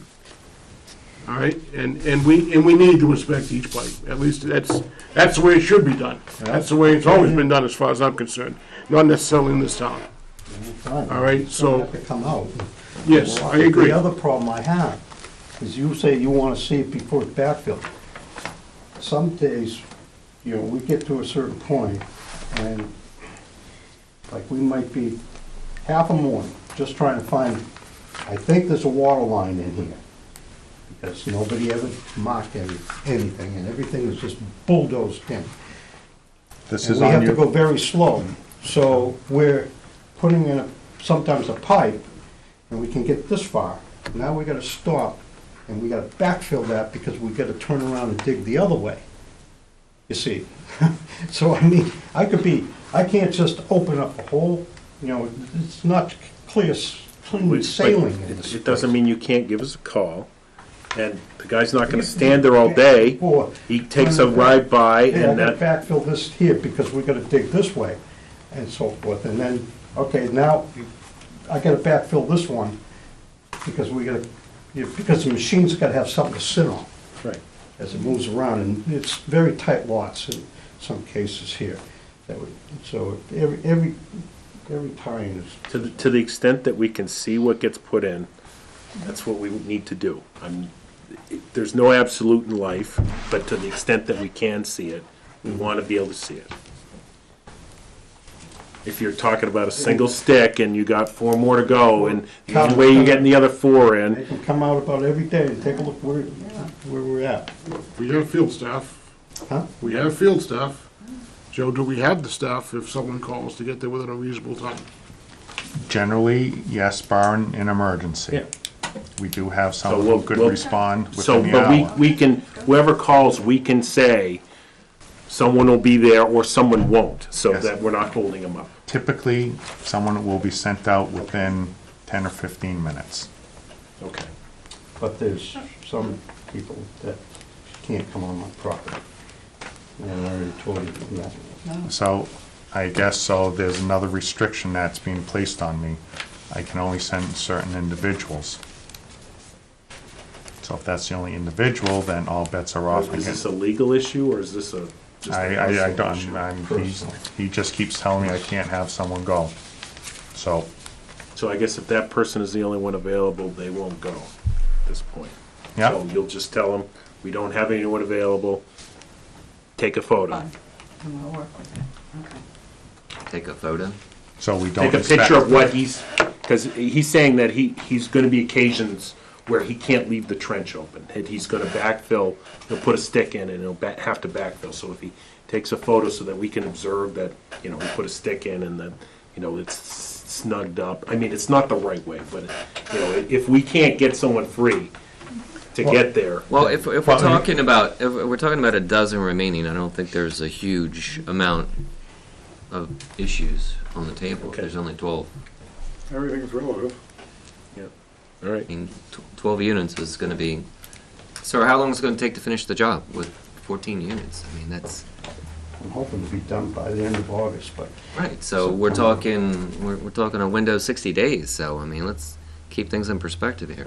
Yeah, and I think, you know, no huge vacations coming up that I'm aware of, and we should be able to get someone out there. All right. But can I get someone immediately, have them there in 5 minutes? I No. won't say I can, No, but. you can't. Within an Within a- hour is reasonable, and if Yes. you can't respond in that time, you can tell him that Okay. there's no one available to do Okay, that. So George, we'd like you to call for inspections, because realistically, the job should be inspected. So call for an inspection, please. have somebody Superintendent will come. keep doing what he's Every doing, day. please file for an abatement. They can't just You know come the by process. every day because they won't be able to observe what's been opened and what's been put in the ground. It has to be open for us to inspect it. Can't be, I see the trench that I dug and backfilled, I put the pipe there. We have to see the pipe, okay? That's the important part of this. So when you have the pipe exposed and you're about to backfill, that's when you call. George, I know you guys know what they're doing, but I have watched crews that know what they're doing, belly a pipe around something they couldn't move before, knowing that there's a problem with that procedure, but we gotta get a pipe in. So, we require inspections, I'm asking that you call so you don't have to pay for someone to be on site 8 hours a day. I agree that's excessive at the rate you're working. So please call for inspections. Those As soon as- aren't the people paying? I'm the inspector, I'm paying for this. I understand. I I have understand. to have the right. I One understand. other thing I'd like to give. Please file for an abatement from charges you don't agree with, I will. and that will give us time to research the history. Can I ask? Is that fair? When yes. All right, thank you. I get now, now we're seeing the sewer bills come through with our water bill. Why can you, like I get, okay, water base, water, and then you get these numbers and then the sewer. There's no breakdown in your statements that, okay, this water, you're being charged like so much a cubic foot at this rate, and then the sewer, I mean, it just comes bang. There's no explanation in billing. Why is? So that's the format that the bill's been. I think Correct. another part is, as the board is well aware, we probably have close to 70 different blocks for sewer rates. Right. And I could fill up the entire bat and then try to explain that to customers how to do your bill. And I can't say we are looking at that. It's not easy to calculate the bills. But I mean, I'd like to know when I get my bills, how you're coming With up the with new these bills, numbers. they will. George, what we are doing right now, what we're in the process of doing as a board, and it's taking time and it will take a little while longer, is trying to simplify and clarify the billing process. Because right now, it's a very complicated machine. So we are trying, and I realize that doesn't do anything for the bill you're holding in your hand, but we are trying to clarify the process. What we can do is we can ask the superintendent to provide you an example breakdown for a bill for you so that you Love can that. see how Right. it was created, okay? And that isn't gonna tell you exactly how the next one is created, but it gives you the basis of how it's built. Unfortunately, it's a very complex process and a lot of people have questions about it. I've been doing this for 30 years and I still have questions.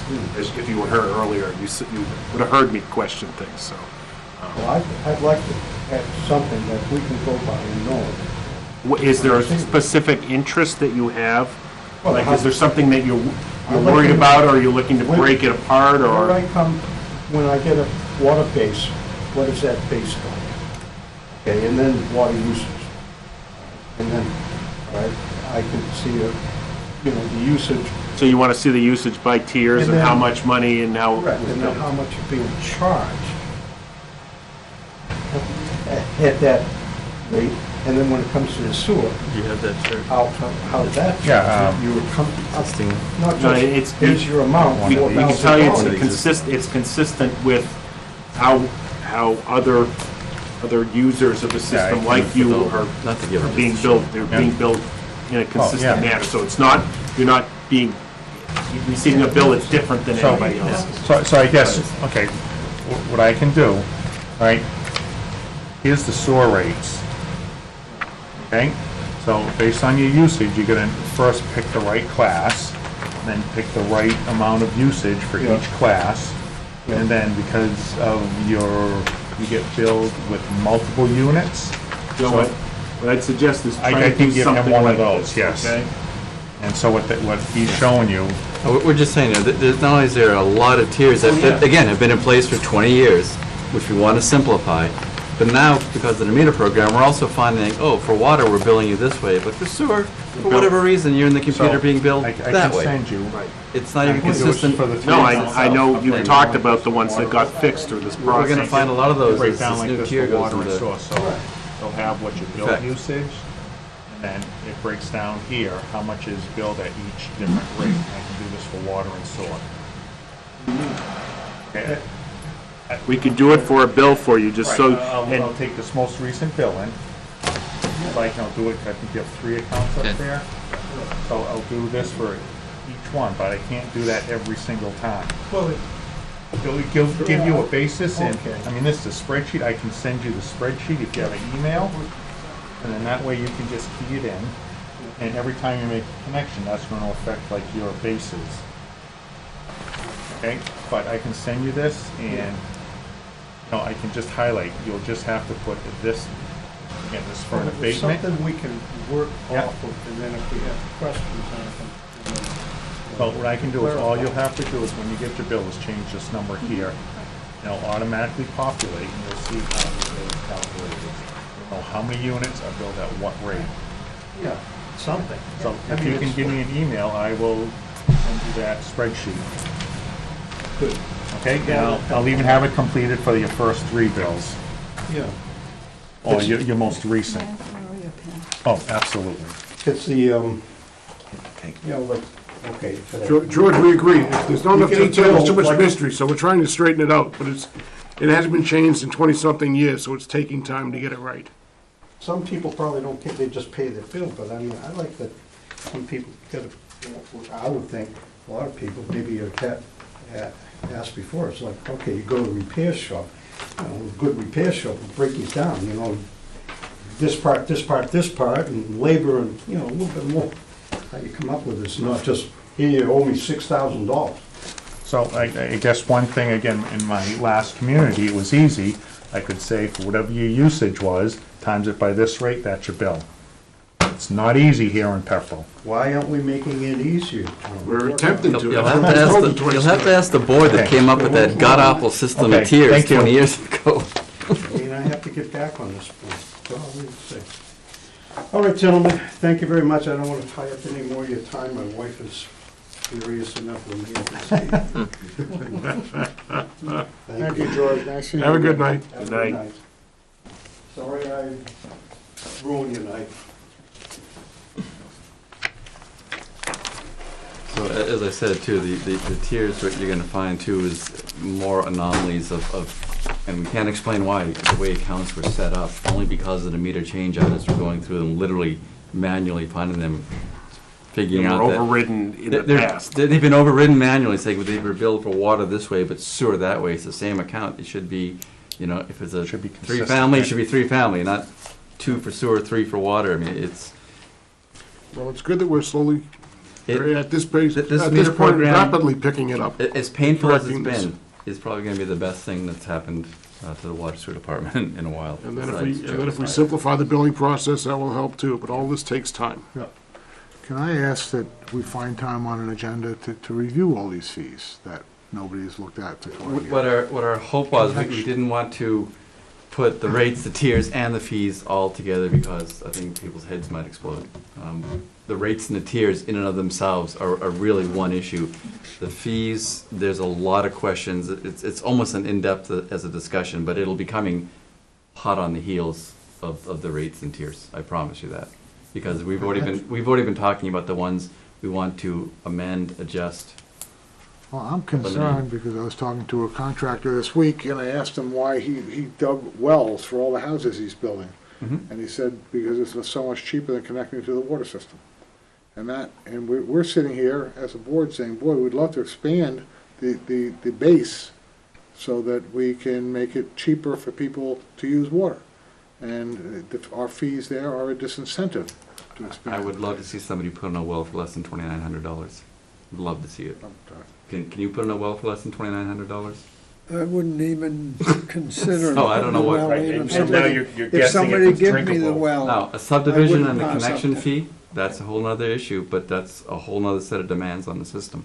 Right. It's a And we subdivision. have discussions Building a with subdivision. developers. Subdivision, so there's a water connection fee. Yep. And that puts a demand on the system, but the flip side is forevermore, you're guaranteed a potable source of water oh, yeah, forever. yeah. It's an investment cost. Right, but the developer is not gonna make the investment for the person who's gonna live there, he's gonna go away. So it's a disincentive to connect to the system. It's cheaper to connect to the system than for the developer to put the well in. Oh, yeah. You multiply the number of wells times the cost of a well Yeah. versus the tapping fee and any individual service It's fees. interesting, 'cause I just had this conversation last night. But here's what you gotta look at. Everything today is short-term, right? Mhm. But the well is, the town water is there forever. Basically. You know what I mean? That just eliminates, Don't have to worry about leaks. you know you're gonna have maintenance Right, we were talking problems about and tonight. stuff with the well.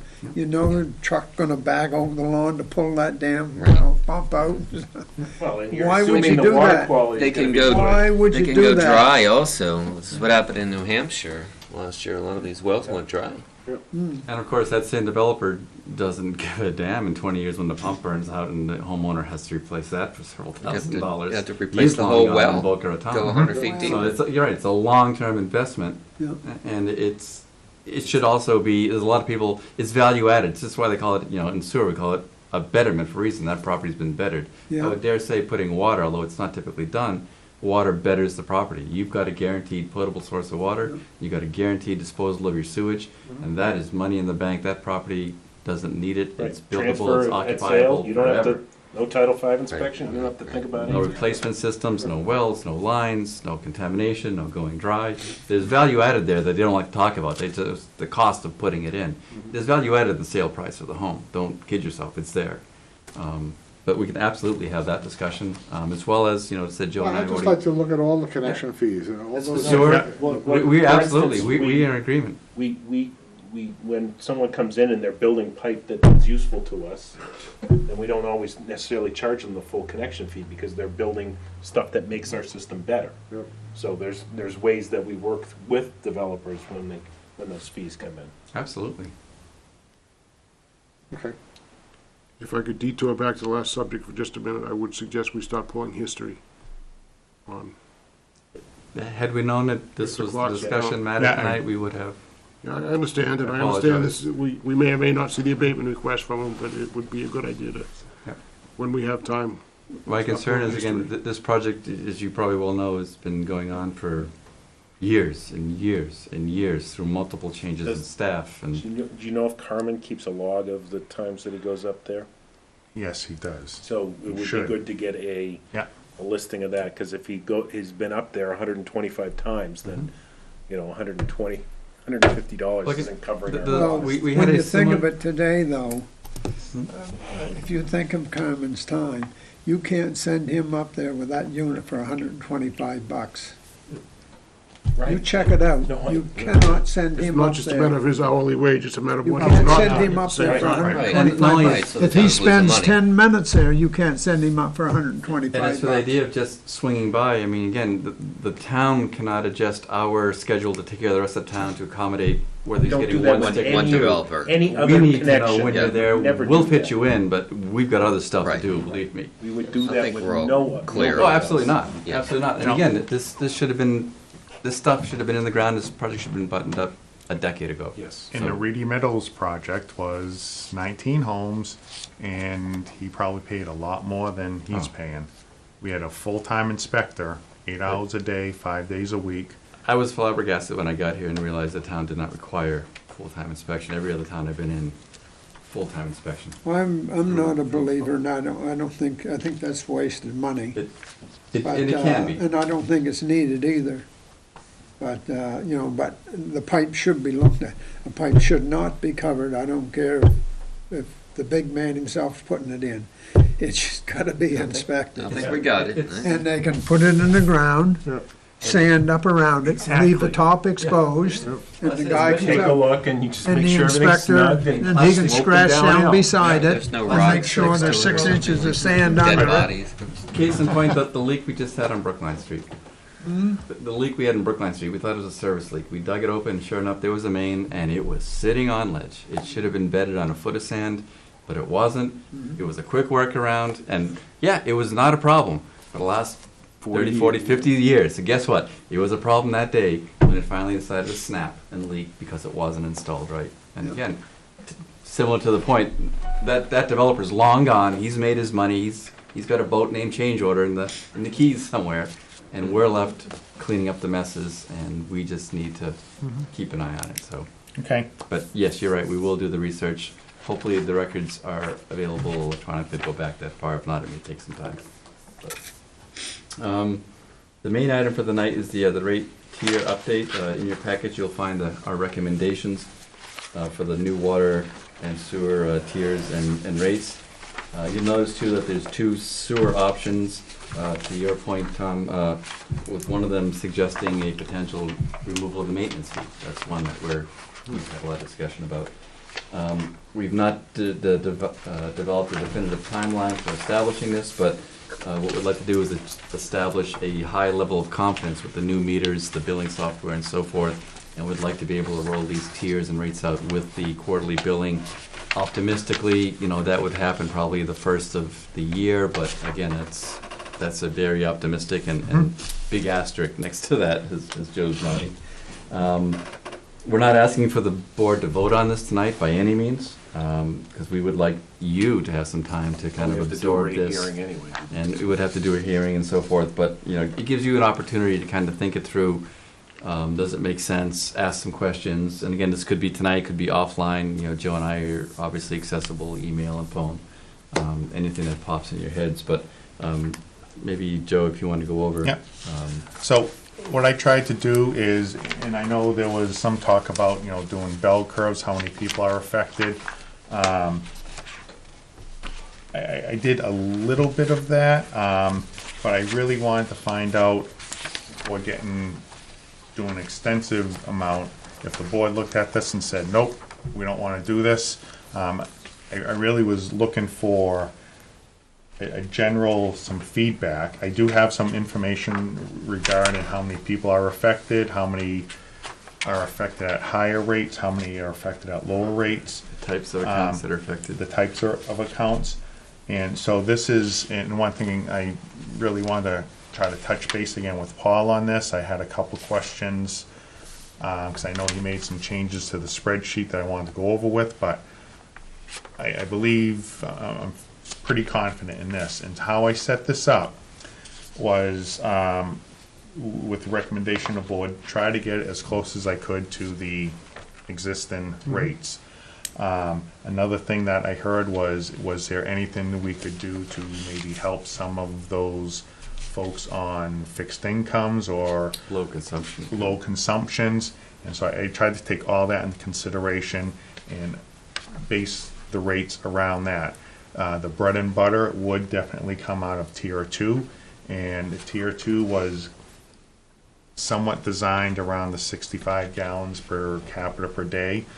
And using the 120, that really zeroes in on a family of 4-ish. And then anything over that went into tier 3. So for the so in the base charge on water, it was originally, when just throwing numbers in there, I know when I got the sheet back after Paul made some modifications, we put a $30 base charge. I think we're trying to keep water and sewer, keep it as close as possible to similar. And so I left the $30 base charge on a semi-annual, which would go to a $15. Currently, it's a $43 semi-annual and 21 and change quarterly. I chose So our base charge is going down then? a base charge is going down. Yeah. If I left it up there, I can play with the rates a little bit. Well, I just was noting that tier 1 is lower than our current tier 1. Yes. Tier 1. Tier 1 and the proposed or the recommended or The- whatever what you have listed here HCF. is lower than what our current tier 1 is. Okay. The break point or the billing point? The per 100 cubic feet. Right, and so there's a specific reason for that number. So if we could just deal with the quarterly one, I chose 10 100 cubic feet as the tier 1 use for quarterly. Right. And again, in the past, 23 now, or no, it's 1250 now. it's $12.50 now. And the reason I backed it off, also you'll notice the rate dropped quite a bit. And in past research, I found in another community that generally, again, trying to be a little helpful to those on fixed incomes and those who really try to conserve, that 10 HCF per quarter, it really is something you can live within. Well, it's small use, but Right, it's small use. There are people that use that. Yes, there are people that use that, and in my research, I found that, in generally, the people over 65, those generally on fixed incomes, a lot of them fall into that category. So for those, or for people who just don't have a lot, if it's just a couple people, they theoretically could fit into that. And so we're giving them a lower rate for those 10 units. You know, everyone gets the first 10 at that low rate, but if you can live within there, I know it's my wife and I would fit in there on a quarterly base. You would get a break. Doesn't mean that every family of two is going to fit in there. I know other people that use a lot more. But it's, if you're really trying to conserve and... I think that's an incentive. I mean, I like that idea. And it's, So, but Yeah. just as a matter, the minimum bill that someone could get under our existing system would go down under the new system. So it represents a rate drop for those low-end users. I'm not saying that's wrong. I'm just saying that's the effect of this proposed I like that. rate Okay, structure. so, and again, so I just want to walk through the tiers a bit. So, yes, that does go down for that, those low users. But when you get over 10, right now we're at 12 and a half HCF before you get to the next tier. Here, you're going to trigger at 11. So you're going to have more usage in that higher tier. So, you know, that's going to make up a little bit. And right now, tier 2 is quite a bit higher than our current tier 2, but that's kind of a... Only a little bit. We're 360 now, 361, and Okay, but- 390. It's an increase, 10% for Right, and it kicks in at a lower rate. Correct. No, I'm not saying this is wrong. Yeah. It's just, you know, I think it's useful to mull on this and look at the spreadsheet a bit. And, So, you know, the other thing is you're into tier 3 at 1,500 CCF on the existing. On a quarterly basis, you're triggering that a lot faster. So at 15 HCF, you're moving into tier 3, which right now is $4.20 per HCF. So the 390, you know, it's not a bad rate, and that's kind of like a bread and butter, and that would fit if you got in there. That would help us meet the DEP criteria of the 65 gallons per person per day. And so that went to the 120, and then anything over 120, we hop up to the $7. which is less than our current top tier, but Right, there's but- presumably a lot of use in that tier. Right, and you're gonna hit that at, you know, 120 CF. Right. So it's working out. So in the center of the page, we have the existing minimum bill for water. Right now is $87, and that's assuming you have 0 usage and you pay 4 quarterly base charges. It would be 87. Under the proposed, it would be $60. So that drops a little bit. Right now, the maximum bill, and this is just to demonstrate the range that we fall into. So the maximum bill right now, the maximum bill that a customer was billed in, and this is annual, in 2016 was $32,900, call it $33,000. Under this new proposal, it would be just about $60,000. I'll come back to that later. There's a few reasons why that I was gonna jumps. say that shouldn't work, that shouldn't happen if it was solely a rate issue, but this is a number of units issue.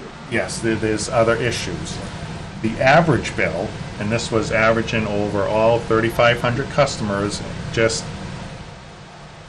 weighing it out.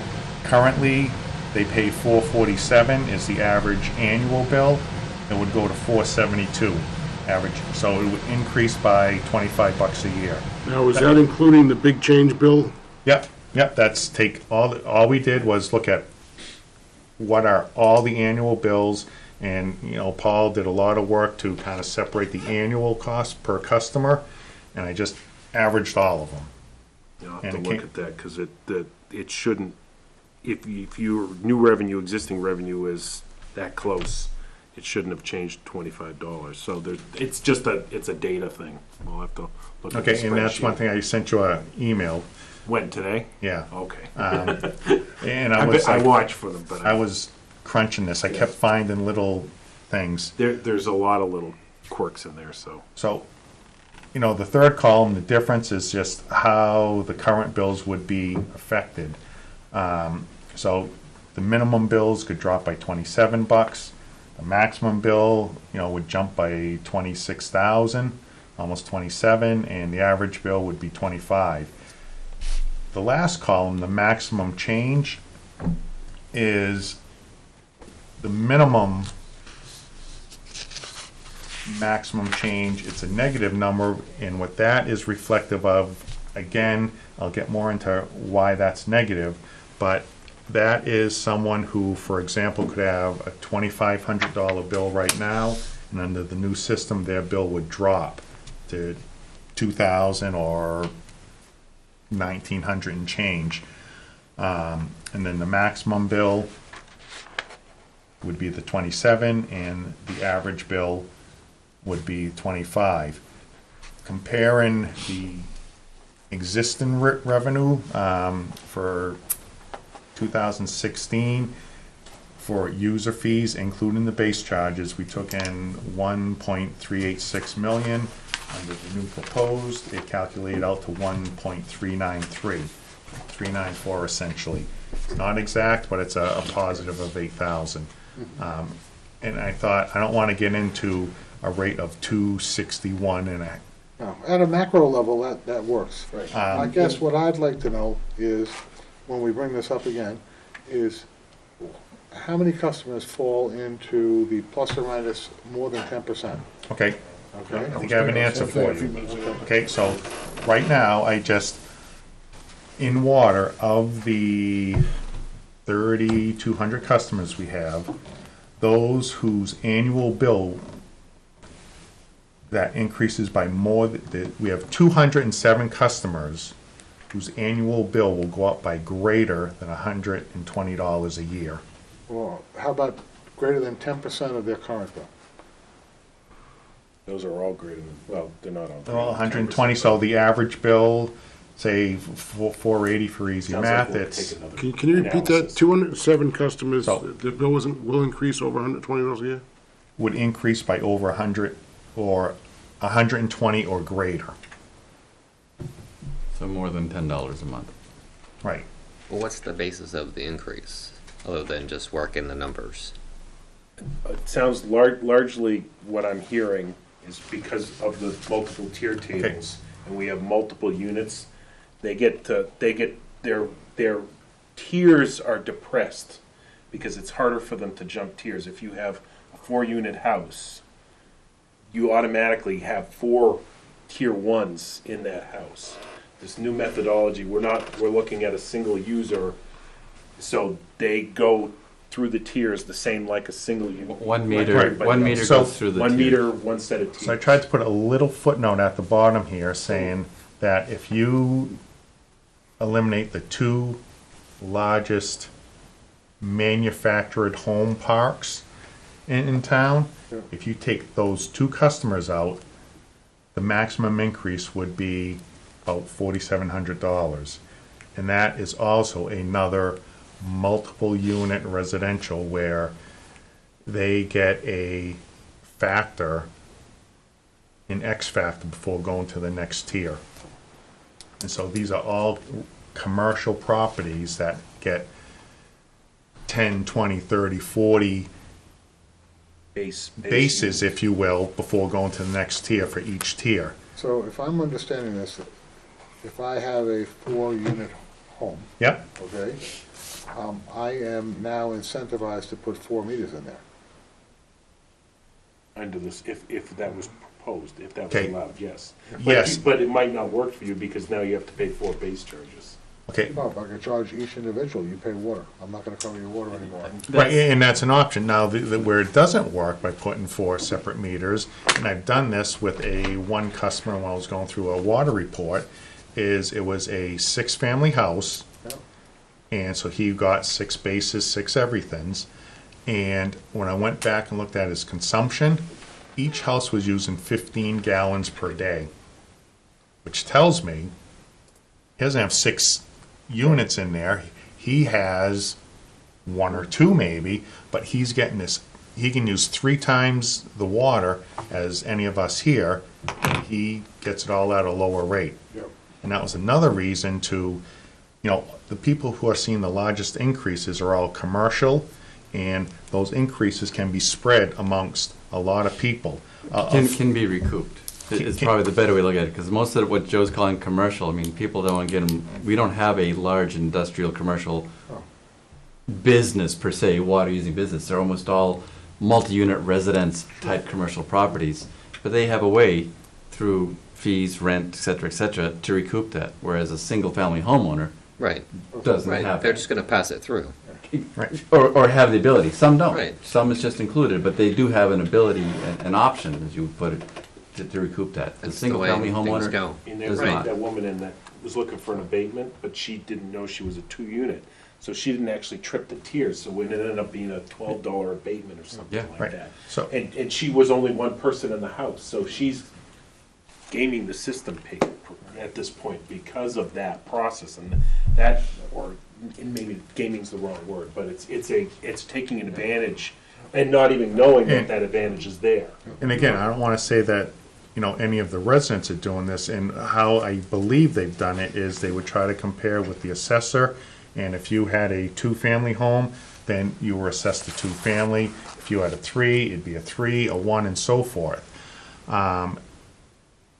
And so, is it accurate? I'm not really sure. The other thing is the person who would see that $26,000 increase is someone the board is familiar with, because they just got a very large abatement last year, and they've openly admitted that they have a multitude of leaks. So they can cut that bill down right Well, away. you can actually sort of throw that number out for calculation. It's Right.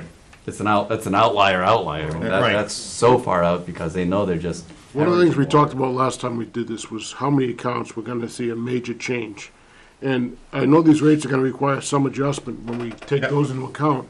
Because right now, you've only got a total variance of $8,000. If you take one account you've got a $26,000 jump in, Yep. and we find a way to correct that so that they're not getting hammered, we're gonna be losing money. Then we Right, got, we'd have so to then make it we a have to go back. Yeah, so we have to go back. We have to find the ones that are gonna get a major change, separate those, and then adjust the rates so that, Well, or the discussion was to look at that bill and say, is that bill wrong? Right. and- Because the bill they might be getting now is wrong or inequitable. So we have to look at that. but what I'm saying is if we adjusted one bill, $20,000, so they're not getting a huge increase, then the total variance is going Right, negative. Right, we there's still- talked about this task as well as this is just to start because we have to change rates anyway to adjust revenue for, capital projects and stuff like that. So And then- this was just the first out the gate. At the end of 2 meetings ago, I know Jeff had said, should we consider a commercial rate? And I think one thing that we have to keep in mind is that at the end of the day, all things being equal, we gotta take in $1.4 million. So either, we can have a commercial rate, and if you lower that, then everyone else's rate goes up to basically subsidize the commercial, or you have the commercial pay like everyone else.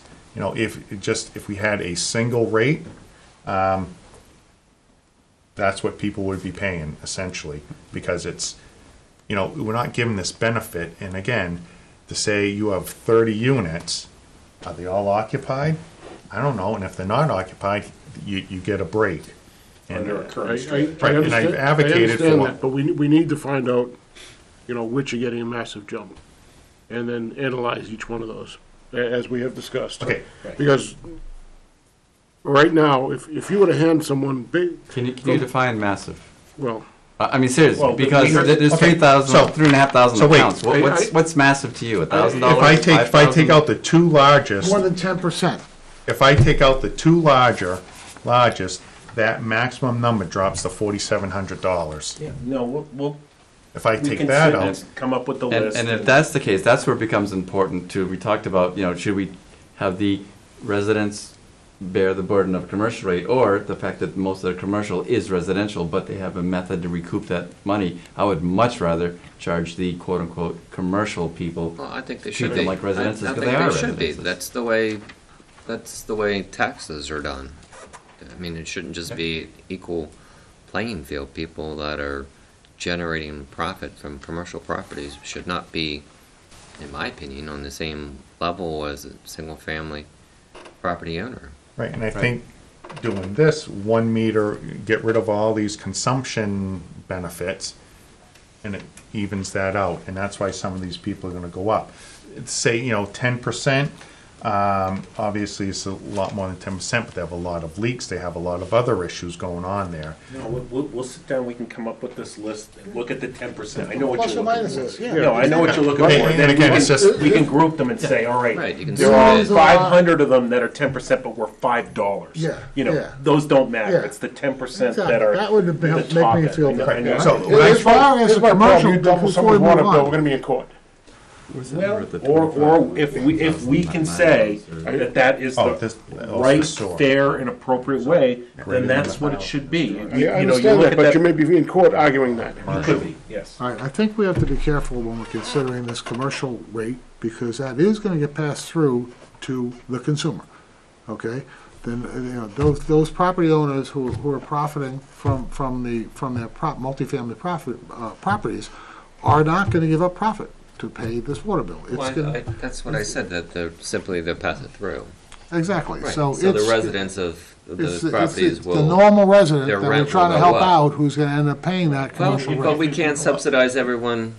I'm not suggesting that town. we subsidize, So- that's why I wanna look and see, I mean, okay? if we're truly talking commercial, not residential, not the multifamily, Multifamily. there's very little revenue out there. Understand, So but we're trying to hit look those- at this in different Yeah. ways.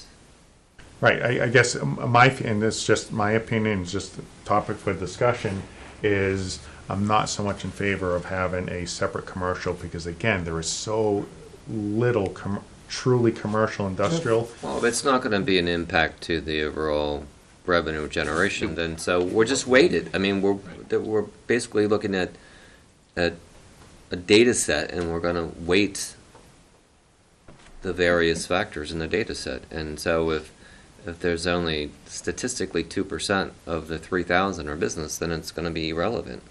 Right, Okay, right. so- That's likely the case. And it's also a tracking thing, because But you it's have just some something people that have a something house to and think then about they or to put talk an about. office in. Yeah, so if it's not a relevant issue, then we'll have to We, look at. we can come up with a value of that usage so that we can say, is it worthwhile? It's not relevant, yeah. I just, So, the whole number idea one, behind I- this is to simplify things, so as soon as we add another class, Well, we're If you adding a look at that, complicating factor to it if you look again. at that tie and bond study, there's very few that actually charge a commercial rate, so, and actually, the town I work for now, we did the water rate hearing last night, and I finally convinced them to raise them. It took 3 meetings, and they have a commercial rate, and the commercial rate is actually lower than their residential rate. It's actually, their tiers kick in at a less rate, so they well, if actually. it's truly commercial, it's maybe because it's encouraging jobs in the town and so on and Well, so forth. the right? thing is, most of their commercial users are at top tier, so they collect a ton of revenue from them at the top tier. Yeah. It's just they don't get to top tier. So when I looked at the amount of revenue they collected from commercial, it's not a large percentage, it was 10% or something like that, but most of it was tier 3, their top tier. I just want to make a quick point, and we'll move on in the essence of time, because it's getting late.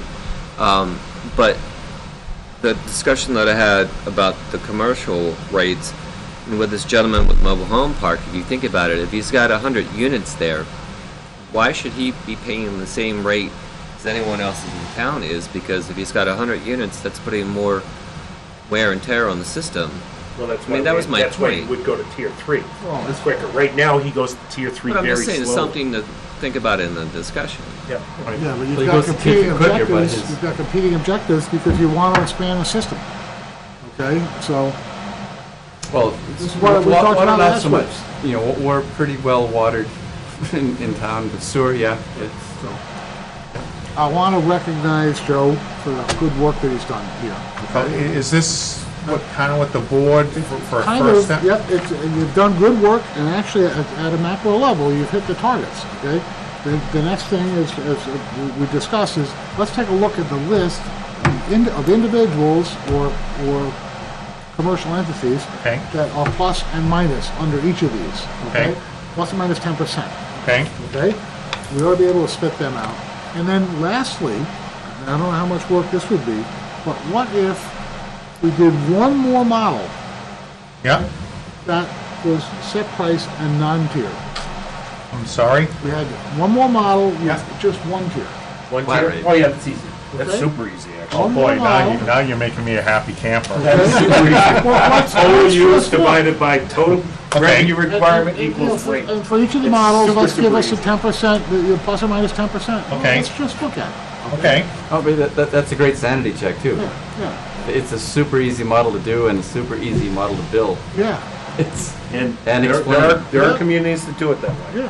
It's frowned upon by DEP, Yeah. but there are. okay, we just had a discussion today, it's probably gone from 30-70 to 70-30. You know, it used to be everybody did flat rate because it was easy, but DEP, they give you points when they score your system. If you have a tiered conservation rate, you score better, so, So let's one just look. advantage, there'd be no more water abatements. yeah, yeah, those go right away. Shorter meetings. So, You get rid of me, they'd be shorter too, so. yeah, it just, you know, You're not gonna miss all that. I'll take it that extra step. You know, of those who would see an increase greater than 120, it's 6.5%. No, greater than 10% of their current bill. Not, I don't want a dollar amount. Okay. No. Greater or less, greater or less Yeah, than 10% I know what you're of their- asking. Yep. We'll have that. I can do that reasonably easy, and then it's going back to see who it is. And with, And you know, with if you one, find, if you find that's a asterisk big on number of that, Tom. accounts, a slight tweak in the rates will bring that number down drastically. that number, all of these Right. numbers are based on 2016 consumption. Right, and I It just, was kind of a wonky year, but it's, Yeah, it's okay. but current. still, it's telling us what people are using, Yeah. and I need a fixed oh yeah, I just, data set. Yeah, you gotta start someplace. I feel the data set's pretty good. You gotta eliminate variables. So, that's the water. And then the next page, sewer, is set up the exact same way, same $30 base charge, all the breakpoints are the same, and for all the same reasons. And right now, going down to the chart in the middle, the minimum bill right now is $414. Right. And basically, if you have 0 to 25 or 1250, it's a fixed fee. And so I just took that times 4. You know, the proposed one, you would have 4 at $15, so it would drop to 60 because we're charging a base charge, but if you have 0 usage, you only pay the base. You don't get whacked with Currently, that. if you use 0, you pay $400. And so, you know, there's a big benefit, but there are so few people who actually use 0 in a given time. The maximum bill, again, all the same players would jump by 11,000. It's But actually if not you, as bad. if you get rid of those 2 large customers, the next largest one is 2,240. And again, that's also another commercial, same situation. One thing that Ken brought up in some discussions is what about those customers who are sewer only? And my thought was we would charge them the base plus assume they use 120 CCF. Oh, I thought everyone had a meter. Sorry? We have some that don't? Yeah, there's a handful, not many. How many? doesn't. Why don't they have meters? Wells. No, but why? They won't let us. When they were set up, they didn't let them, and we said, great, we'll bill you on estimated usage. Well, we'll have to come up with an appropriate fee. Which is like, That's not well, cool. or it's like It 65 was- gallons. We just talked about the car wash has a sewer meter Yeah.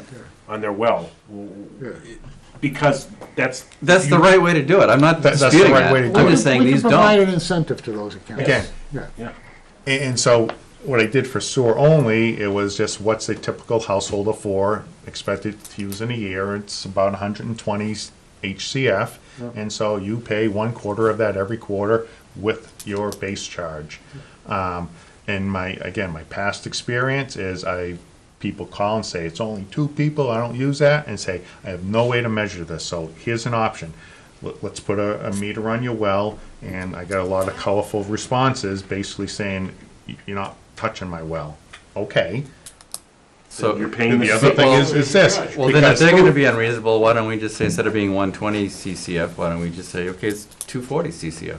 Well, I think, There's your incentive to put Is a there any meter way to on. put a meter on the output into the I system? haven't found one, I don't know if anyone in the Not- field. It's not for low flows like that. For Right. big flows, you get like a mag meter, but for small residential They're not flows, even they're that- not, there's not good sewer meters. not even Right, close. Not for building. and I haven't found this, in a mag meter, it has to be kind of a flooded, a flowing full, so you'd have to do some type of, trap, if you will, and it's just, No, it's just, Okay, and so typically, I don't know what other experiences, I've always used 120, which is the average family of 4. I think we have to look, if it's a But there's no mansion with disincentive. 18 bedrooms, then maybe it needs to be more than that. We'll have to look at them. there's no disincentive, to Tom's point, of Right. them putting the meter in, because if you double that rate, now there's an incentive to put a And meter again, in. so I just, put a footnote in, Yeah. that's how I would propose, but, again, it's a discussion point. sure.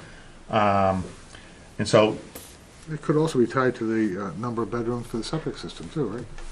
Oh, no, Well, it's we still. go not 110 per septic. bedroom, and we could do that, 110 per bedroom, bedroom. that's what Title V Five says is- your sewer flow is.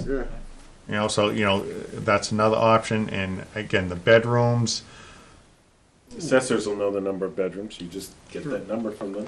right, Divide by and, 110, divide by 748. and again, I'm not 100% on, but that's another discussion. So, yeah, that's, we can see how we want to handle sewer only, there's not many. You gotta do So, more than a 30/20. real quick, so option 1, again, is looking at just replacing what we currently have, and I got that to within $2,200. Option 2, I know you asked for 1, but option 2 was coming back to fees.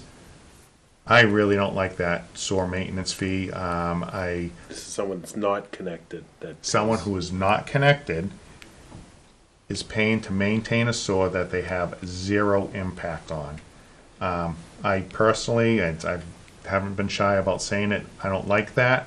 And option 2 is slightly higher rates, or a little bit higher rates, and it would generate enough to offset the sewer maintenance. We could get rid of the sewer maintenance. So this fee. is. What is the sewer maintenance fee? If No, dollar value. 50,000. Rough, So a year. 2% of our budget, or No, I'm sorry, per unit, per house, what are they paying? 45 per half year or Sewer something. maintenance, Yeah, do we it's have that on the? 47 per, Per This half is for year. people who live on a street. Okay, with sewer maintenance, Sewer in front of their yeah, house. sewer maintenance Maintenance. fee right now 58. is $58.75 every 6 months, so $117.50 a year. Interesting. And you're not connected, you put 0 wear and tear, and we're charging you just because we can. But it's there, and you're choosing not to, so, there's a lot of different, Yeah, and I guess, again, this is one thing that, the this is board. this is the only community I'm familiar with that does this particular fee, I'm not aware of It it. Right. came in with the benefit fee when the town voted down mandatory sewer connections. Right. If you made them tie in, then you wouldn't have to charge them, so. And No, I, you would charge them. You'd already be charging them sewer, Right. so yes. so But I it even guess. gets charged to vacant parcels? No, it has to be a house there. Because that was the other thing, is that the board decided when they bettered sewer projects not to better vacant parcels, which again is kind of wrong. Yeah. You can do it, but it confuses things terribly They down the left road. I'm sure they left stubs for them too. Sometimes. So On the project I guess- inspector, yes, we did. the option B was just a proposal to get rid of that sewer maintenance fee. It's not one that I personally agree with, and we do get complaints. Why am I paying this if I'm not even connected? And I kind of side with the resident on this one. And I know, But luckily, this is an easy one, and what you may want to do is consider an option one, and then when we do all the fees, you can get rid of them, and then we could adjust the rates. Because again, the only difference is the rate on these two Right, tables. right, it's just a little bit Just more. adjust the rates to make up for it. But we could talk about that, the benefit fees Or and we so could on. Charge so- them a base charge as opposed to a sewer maintenance, because everyone's getting a base charge, you know what I mean? Okay, and this includes a base charge, so both options have the base. Right, but you could charge the base charge instead of the sewer maintenance. And just up the Potentially. base charge from 30 to. No, you just keep it 30, and then it's uniform across.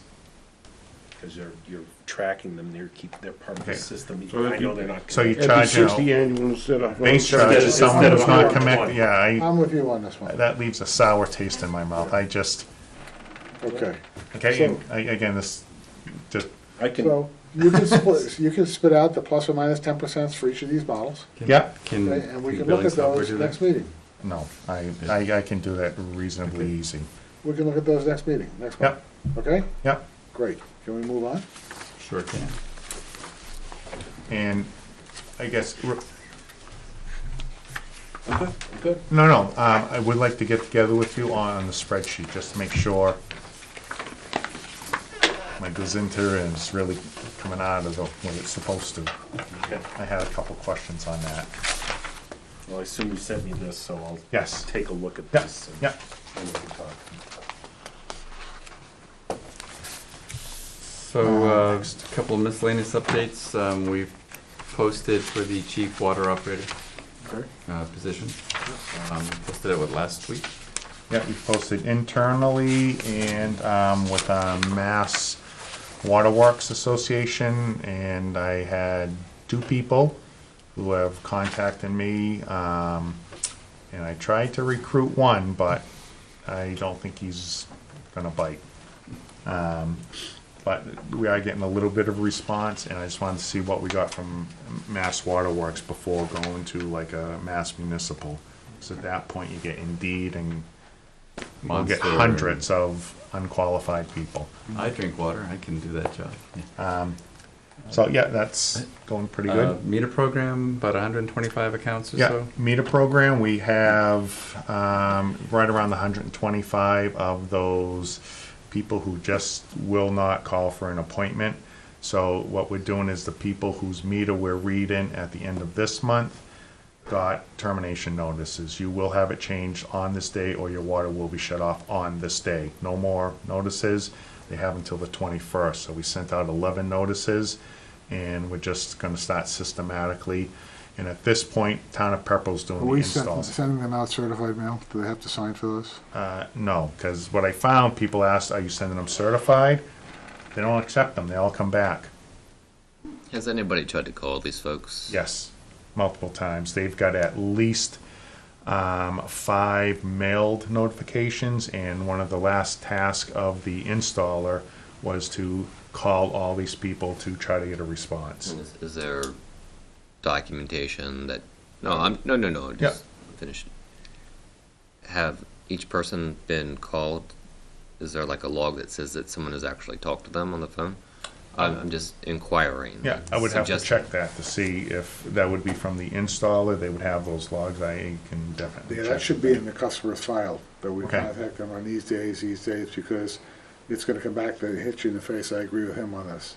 Well, just would like to understand, just for conversation purposes, what perhaps the objections are to this. I mean, understand working in the public domain, people do not always like when the government comes and knocks on their door, but turning off somebody's water is pretty dramatic, and then, having to pay to turn it back on, there'd be fees associated with that as well, Right. so. Yeah, and it's, But I'm just discussing briefly, I'm just wondering, I bet you 95% of these people have cell phones, and they get a bill every month, and they pay that bill, and when that phone goes bad, they go buy a new phone, and so we have bad meters.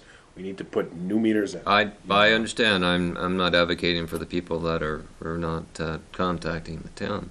No. Just trying to I mean, understand the alternative what is the to send dynamic them is. a very large bill and Okay. say, You're gonna you can't have- I rely can on speak your meter to anymore. a couple of them, is we know they're home, we've gone there to try to get read-ins, you knock on the door and they just won't answer the door.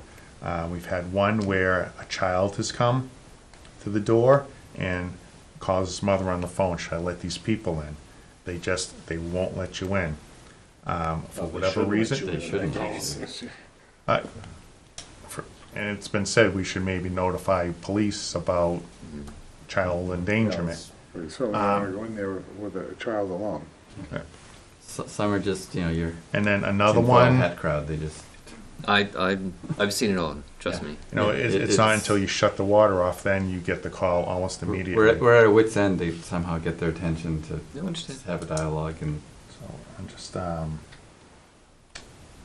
it's a very small percentage, so let's say 125 divided by like 3,300, Still a big number, over 100. 3.5%. Oh, but still over 100, that's Yeah. quite a few. No, it is, it's a lot of shut-offs.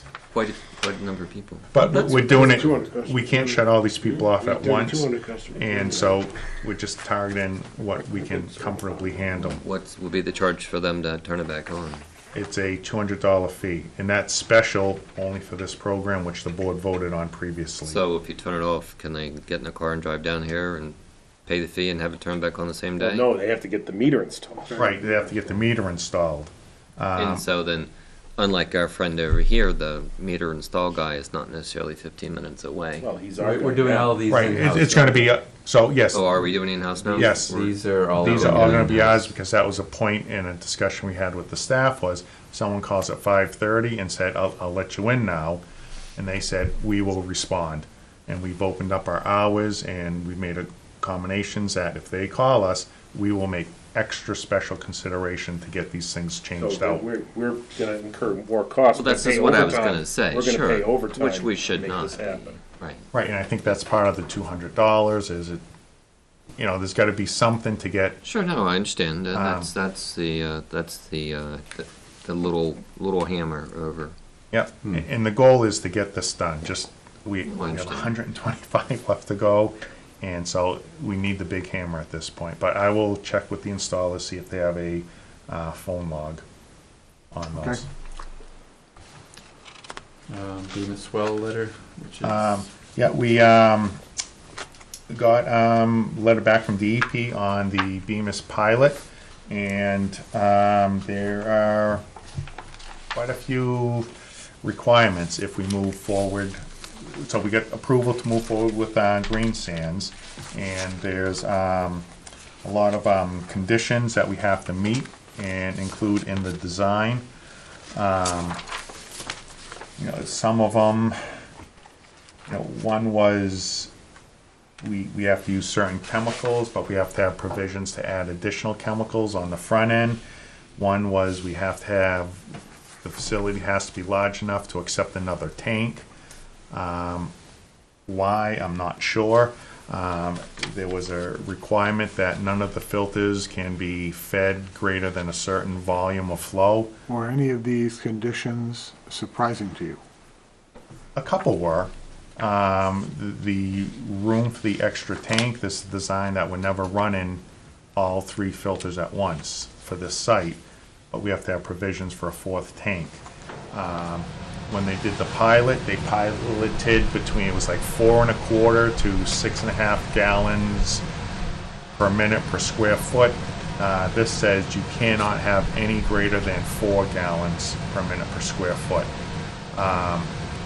I've just briefly talking with a couple folks, they don't get it. They said, a lot of these systems will run between 5 and 10. So we haven't commented back, this just came in a couple days ago, so I'm still want to talk to the consultant. But another thought that came up is we're in the $4 million range for this. And one thought was, should we investigate a new well site? One thought I was was, thinking that, I read the report, or I should say, I skimmed the report last night, and the thought is, it says almost $5 million for the plant, that's, right, with the extras that they added on, so, one thought that if someone just said, well, the water department is the side of an old spring water plant. Is it worth looking at that? I think Ken said he thought there may have been issues up there, but, It had very little volume. right, but if we go down a little Volume bit in deeper. in the general area, you've got, there were elevated levels of arsenic So up in the hills. I was just talking with another person a couple days ago, and they said, you can do this in steps if you have the reports when they did not Bemis, Nashua Road. I know they investigated a lot of sites. Would it be worth going back looking at that?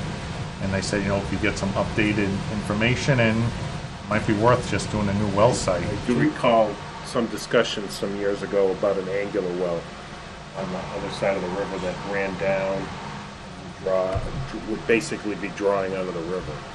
Would that be under the influence? Would we need? Yeah, you'd have to, but you would chlorinate anyway. You chlorinate most of your sources anyway. We have to filter that if it's surface Well, water, you may not isn't it? have to. Okay. There was some discussion of evaluating because the geology on that side Okay. has some serious benefits. So there, that at this cost, it may make sense to. So it was, it sounded like it'd be, relatively short money to start looking at it, just to, first of all, do the investigation. Let's look at the information we have already here in Pepperell. It's not that old. And maybe consider a new well site versus, Do we have an idea what it costs us to develop Nashua? Nashua Road? Something like that. wasn't that much in, there were issues, I think, over there with, because it was in a wetlands, and that is under the influence. I was hearing numbers around 1.5. But I thought our bond was like 2.5. Or I don't know, so I guess the short Just answer because is, I I don't don't know know. what the design was, but the construction, I believe, was in that 2.5. Joe, how much did you initially think this Green Sands project was gonna cost? I originally thought around 3. And you have been able, you've revised your estimate based on these conditions? Up to 4? My estimates are the engineer's estimates after they look at, probable construction costs off of other similar. Based on these conditions in this letter? Correct. Okay, so it's increased the estimate by 33%. Let's back up just for clarification. When I first started this was maybe a year and a half ago, and I just did some quick research on what similar communities spent for a similar sized plant. That was the $3 million. We brought the consultant in, we sat down, they updated those figures, and they came and said it's probably going to be closer to 4.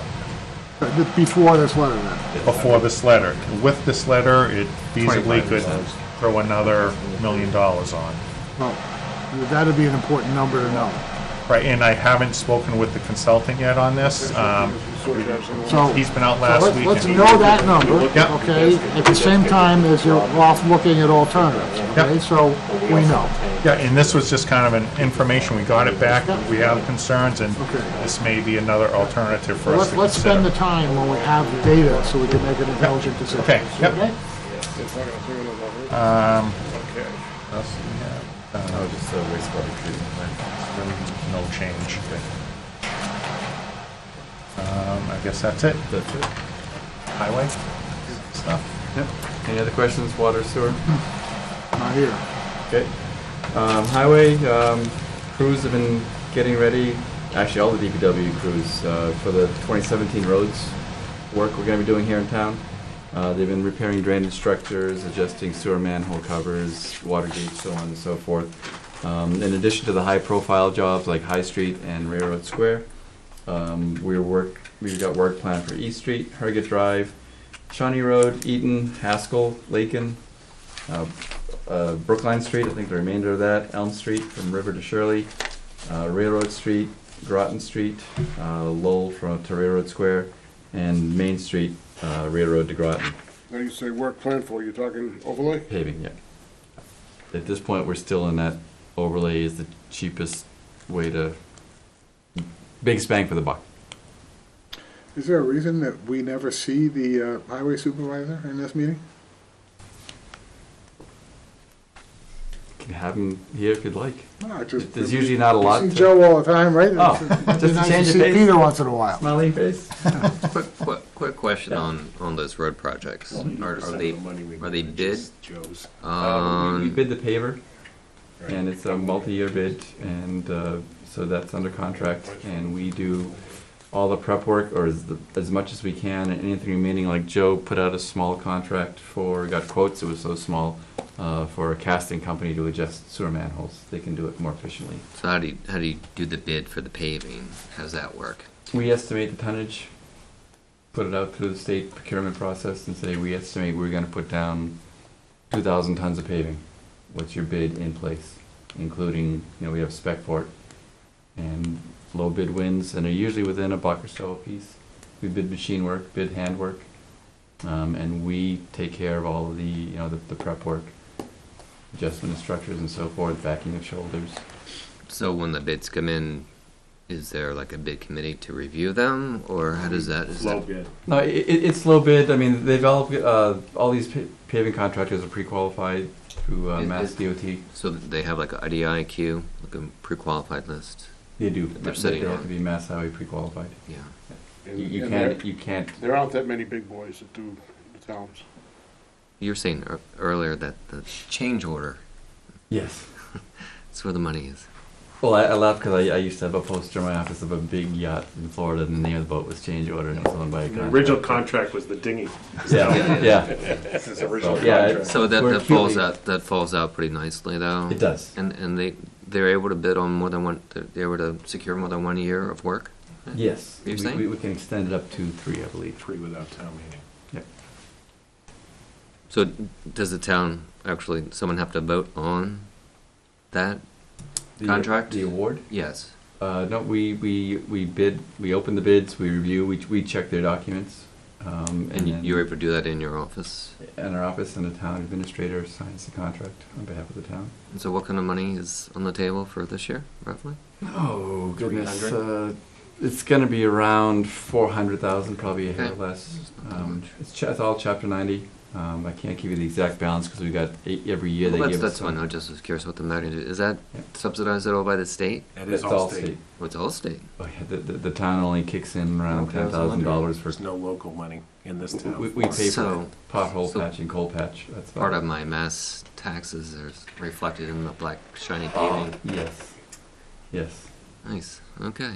Although, so we get It doesn't about keep up with as much as we get about 425,000-ish a year. Well, I guess It- just it quickly, what varies. is the criteria then for? How they award?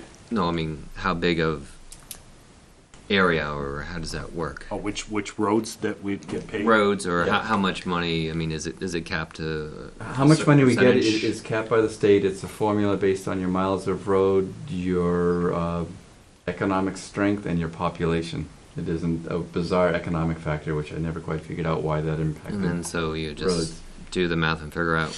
Well, they send a So- check. So They say, they here's tell your you, check. they tell you in the spring, okay, that the state's getting X dollars for taxes Right. going to roads. Your Yeah. town, based on a formula, is going to receive this. We work within that. So every year we get what's called an MAMS account, and that money is put into a bank account for us, and we can spend up to that. And of course, if you don't spend it, it kind of just stays there for you, so you can mix and match funds from different years. It's not uncommon for towns to bankroll funds for 2, 3, 4 years to do a big project and forgo everything else. Just a last question on this: do you have a road inventory, like a rating, like A to F, and then Not the yet, but prioritization? I am very much, actually I'm going to touch on that in a minute, with the pavement management Quickly, system. hopefully. So, so anyhow, I just wanted to thank all the crews for all their work, and I'd also like to thank their crews for the work on the patch on Main Street, and as well as the public's patience for putting up with it. It was a big water main break. It did a lot of damage. It's good at keeping the traffic. We had Traffic calming. we got a lot of Traffic complaints, but really Speed bumps. we had to let that trench settle out. I'd love to have let it set for winter, but we had to let it get beat down. I'd like to thank Joe for being gracious enough. We also grabbed a little before and a little after the water break. There was obviously clear delineations of where the repairs should be, and I know I would have asked any other contractor to do the same thing, like, hey, while you're here, can we grab another 10 feet because it's really torn up, and we did that, and I think the town got a really great benefit out of that whole project. Highway Department is currently recruiting for a truck driver laborer, as we recently had to let an employee go at the completion of the 6-month probation. It didn't work out, and the internal posting is complete, and we expect to go out publicly probably next week. Transfer station, the bids were received. We got 2 for the aluminum municipal solid waste trailer for the transfer station. We'd estimated $70,000, and the low bid was $69,395. Second bid was I think a little over $70,000. So they were very, very, very close. The low bidder was New Hampshire Body and Trailer LLC, and we hope to have that new unit in service in the next 3 or 4 months. Take delivery. NIPD's MS4, in your package you'll see a letter. The town of Pepperell, along with every other Massachusetts community, got some good news recently. EPA Region 1 has stayed the implementation date of the new permit until July 1, 2018. That was a big to-do, a lot of emails flying around. That's welcome news, but the town still needs to obviously prepare to address the upcoming requirements. It's not going to get any cheaper, obviously. Given the town's current financial situation, my recommendations are still leaning, and more so every day, towards the creation of a enterprise fund, the stormwater enterprise fund. It seems to be about the most equitable way and to recoup the necessary funds without, how should we say, annexing the big players, the religious institutions, the church, the churches, schools, and so forth that have big parking lots, but that typically are tax exempt. And it's easy enough to do. More towns are doing it. It's no longer really a third rail, although it's still not the most popular way to do it, but I think it's probably about the fairest, and I think it would work well here in town. So we'll be working with that over the next year. We still have to file our notice of intent. GIS, with water and sewer expressing a significant interest in getting more accurate maps of their system, and as well as cataloging all the CMOM data we've been acquiring, all the videos and so forth. We've spoken with some consultants, and we've received a proposal from a GIS vendor to provide a solution. We've not signed anything or anything like that. This particular vendor is well known to me, and I know Bill knows who he is, and I've taken your advice and checked on that reference check, and we can talk offline about that. I'm very familiar with his work. I happen to know this gentleman probably for the last 20 years. He specializes in municipal work with an emphasis on utilities and stormwater. And I know his work. Actually, many of the member communities of the Stormwater Collaborative use his work, his product for stormwater management, and it does a great job of compliance for the requirements. A really unique approach of his company is the fact that he creates forms. His clients create forms, but there's a stipulation that if you create and by form, it could be for stormwater, it could be for the building permits, it could be for the dog catcher. Any form that you create is available free of charge to any other client of theirs. So there's literally thousands of them in his library right now, and if we created a form, he would go in there and have 1,001. So you can kind of browse through with, hey, that would work well for us, and just take it, make it your own. He's also on the Mass State bid list, which would really greatly simplify the procurement process. It does require that the town, and by the way, any GIS system for water and sewer would require that the town acquire or establish a base system. We kind of sort of have one. It's rudimentary at best. It's old. It's hurting, and it's not extremely accurate. But the big benefit of that is would have a much more streamlined and coordinated effort, and the town obviously is in financial straits, shall we say, would get a great benefit out of this. Not saying I'm letting them off the hook, but we could drastically reduce their participation in the funding, I think, and with maybe a small grant, and then the enterprise funds, and maybe the creation of a stormwater fund. I think it's a viable alternative that we're kind of looking into. So, but to your point earlier, Jeff, they also have a pavement management module. So basically, the roads, the right-of-ways essentially are just parcels, and you just put data on it. The only difference is you don't have house data, you have road data, And yes, you can then take that data and the software would then run through an algorithm, rank the roads. It's called PCI, Pavement Condition Index, 0 to 100. Same thing. You tell them how much money you have. You tell them what your criteria are, and it spits out a list. This is the priority of the streets you should be fixing this year, next year, for the next 5 years. With the ultimate goal of possibly springboarding the town into thinking, hey, you know what, 400,000 we get from the state is great, but we really need 900,000 to get to this level of Right. quality of road. Right. Maybe we need to float a bond or come up with the money some way, shape, or form to do Because that. as you know, the sooner you get to the maintenance issues, then the more life you're going to get out of it. Absolutely, of the bended knee curve. I mean, I could go on for hours about this, but I won't. So that was it. We're looking into it, and any questions on that, be more than happy to take those. You've got the May and June commitments on your desk for signature, and that's all I've got. Wastewater plant update? Hmm? Wastewater plant update? Not Where- really? Not really? Nothing really, you know, we've come in, they've looked at pump stations just to feasibility of SCADA. They went out, looked at doing a wireless and just checking out different sites and probability. This is part of original scope? Yeah, Okay. yeah, because we wanted to tie the, No, I remember the station. discussion, I just didn't realize there were site visits involved. When you Would you like me start to sign getting those into that first? stuff. Would you like me to sign those? so yeah, they just visited to see, you know, will the Townsend tank work as a repeater location, and it's like it will. Not a whole lot more. Well, we're kind of the schedule's a little extended if we're going SRF anyway. Yeah, so. Not a whole lot, but yeah, enough. Couple of months, Yeah. so it's not. Sign that one Yeah. too. Red's okay. It's gonna have to be. Have we engaged the attorney yet on that Groton IMA project? We have. Joe and I had a conference call the other day. I had hoped to have a letter of engagement for you to review tonight, but he did not. But he was very excited to assist us. Sounded extremely positive. Spoke glowingly with Paul. Take that for what it's worth. Really? Yeah. I knew that was coming. But no, he understands where we're coming from, and what we'd like to do as soon as we get the letter of engagement, assuming the board, based on your direction at the last meeting, I will be more than glad to sign that letter, engage the services, and sit down. And seeing as his office is in Framingham, which is close to Wayland, maybe we could work something on a Friday to meet at your place. I could probably sneak out for an hour or so. Yeah. But yes, we have, and Moving. timeline-wise, I know that was critical. He's on vacation this week, I think, or this coming week. Yeah. But he didn't think August was out of the question for having something.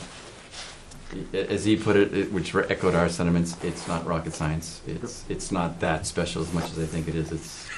It's pretty straightforward. We sent him copies of our existing agreement and our O&M agreement for his review, and we will be setting up a meeting with him Good. shortly. Thank you. I wish I could say my pleasure, but I was glad to do it. Have we heard anything else from the Groton board? Have they contacted us? Radio Nope. silence.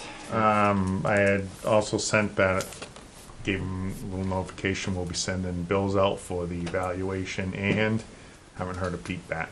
So we're since we're not adjusting rates, we wouldn't adjust their rate. We're going to continue to bill them As we have been. even though technically the agreement is expired. We're just going to continue billing them on that basis. And so the two charges will be as of fiscal 18. Want me to put that pen back so you'll have it next week? And that was question one. What is the legal status of that agreement? I understand the obligation that we can't just put a plug in the sewer line, but what does that pile of papers mean today after June 30th? It's come and gone. Do we need, well, as soon as you engage the attorney, the question, well, he's gonna have something ready for August, I think, all is well. Next meeting date, August 17th. Hasn't changed since. Okay. For me, sounds like a long time off, but That's summer schedule. And hopefully by then, maybe we can push him to have something. I know that might be really pushing it, 3 weeks. But- It's more work than he's saying. Yeah, I understand, but a draft or at least an opinion or a,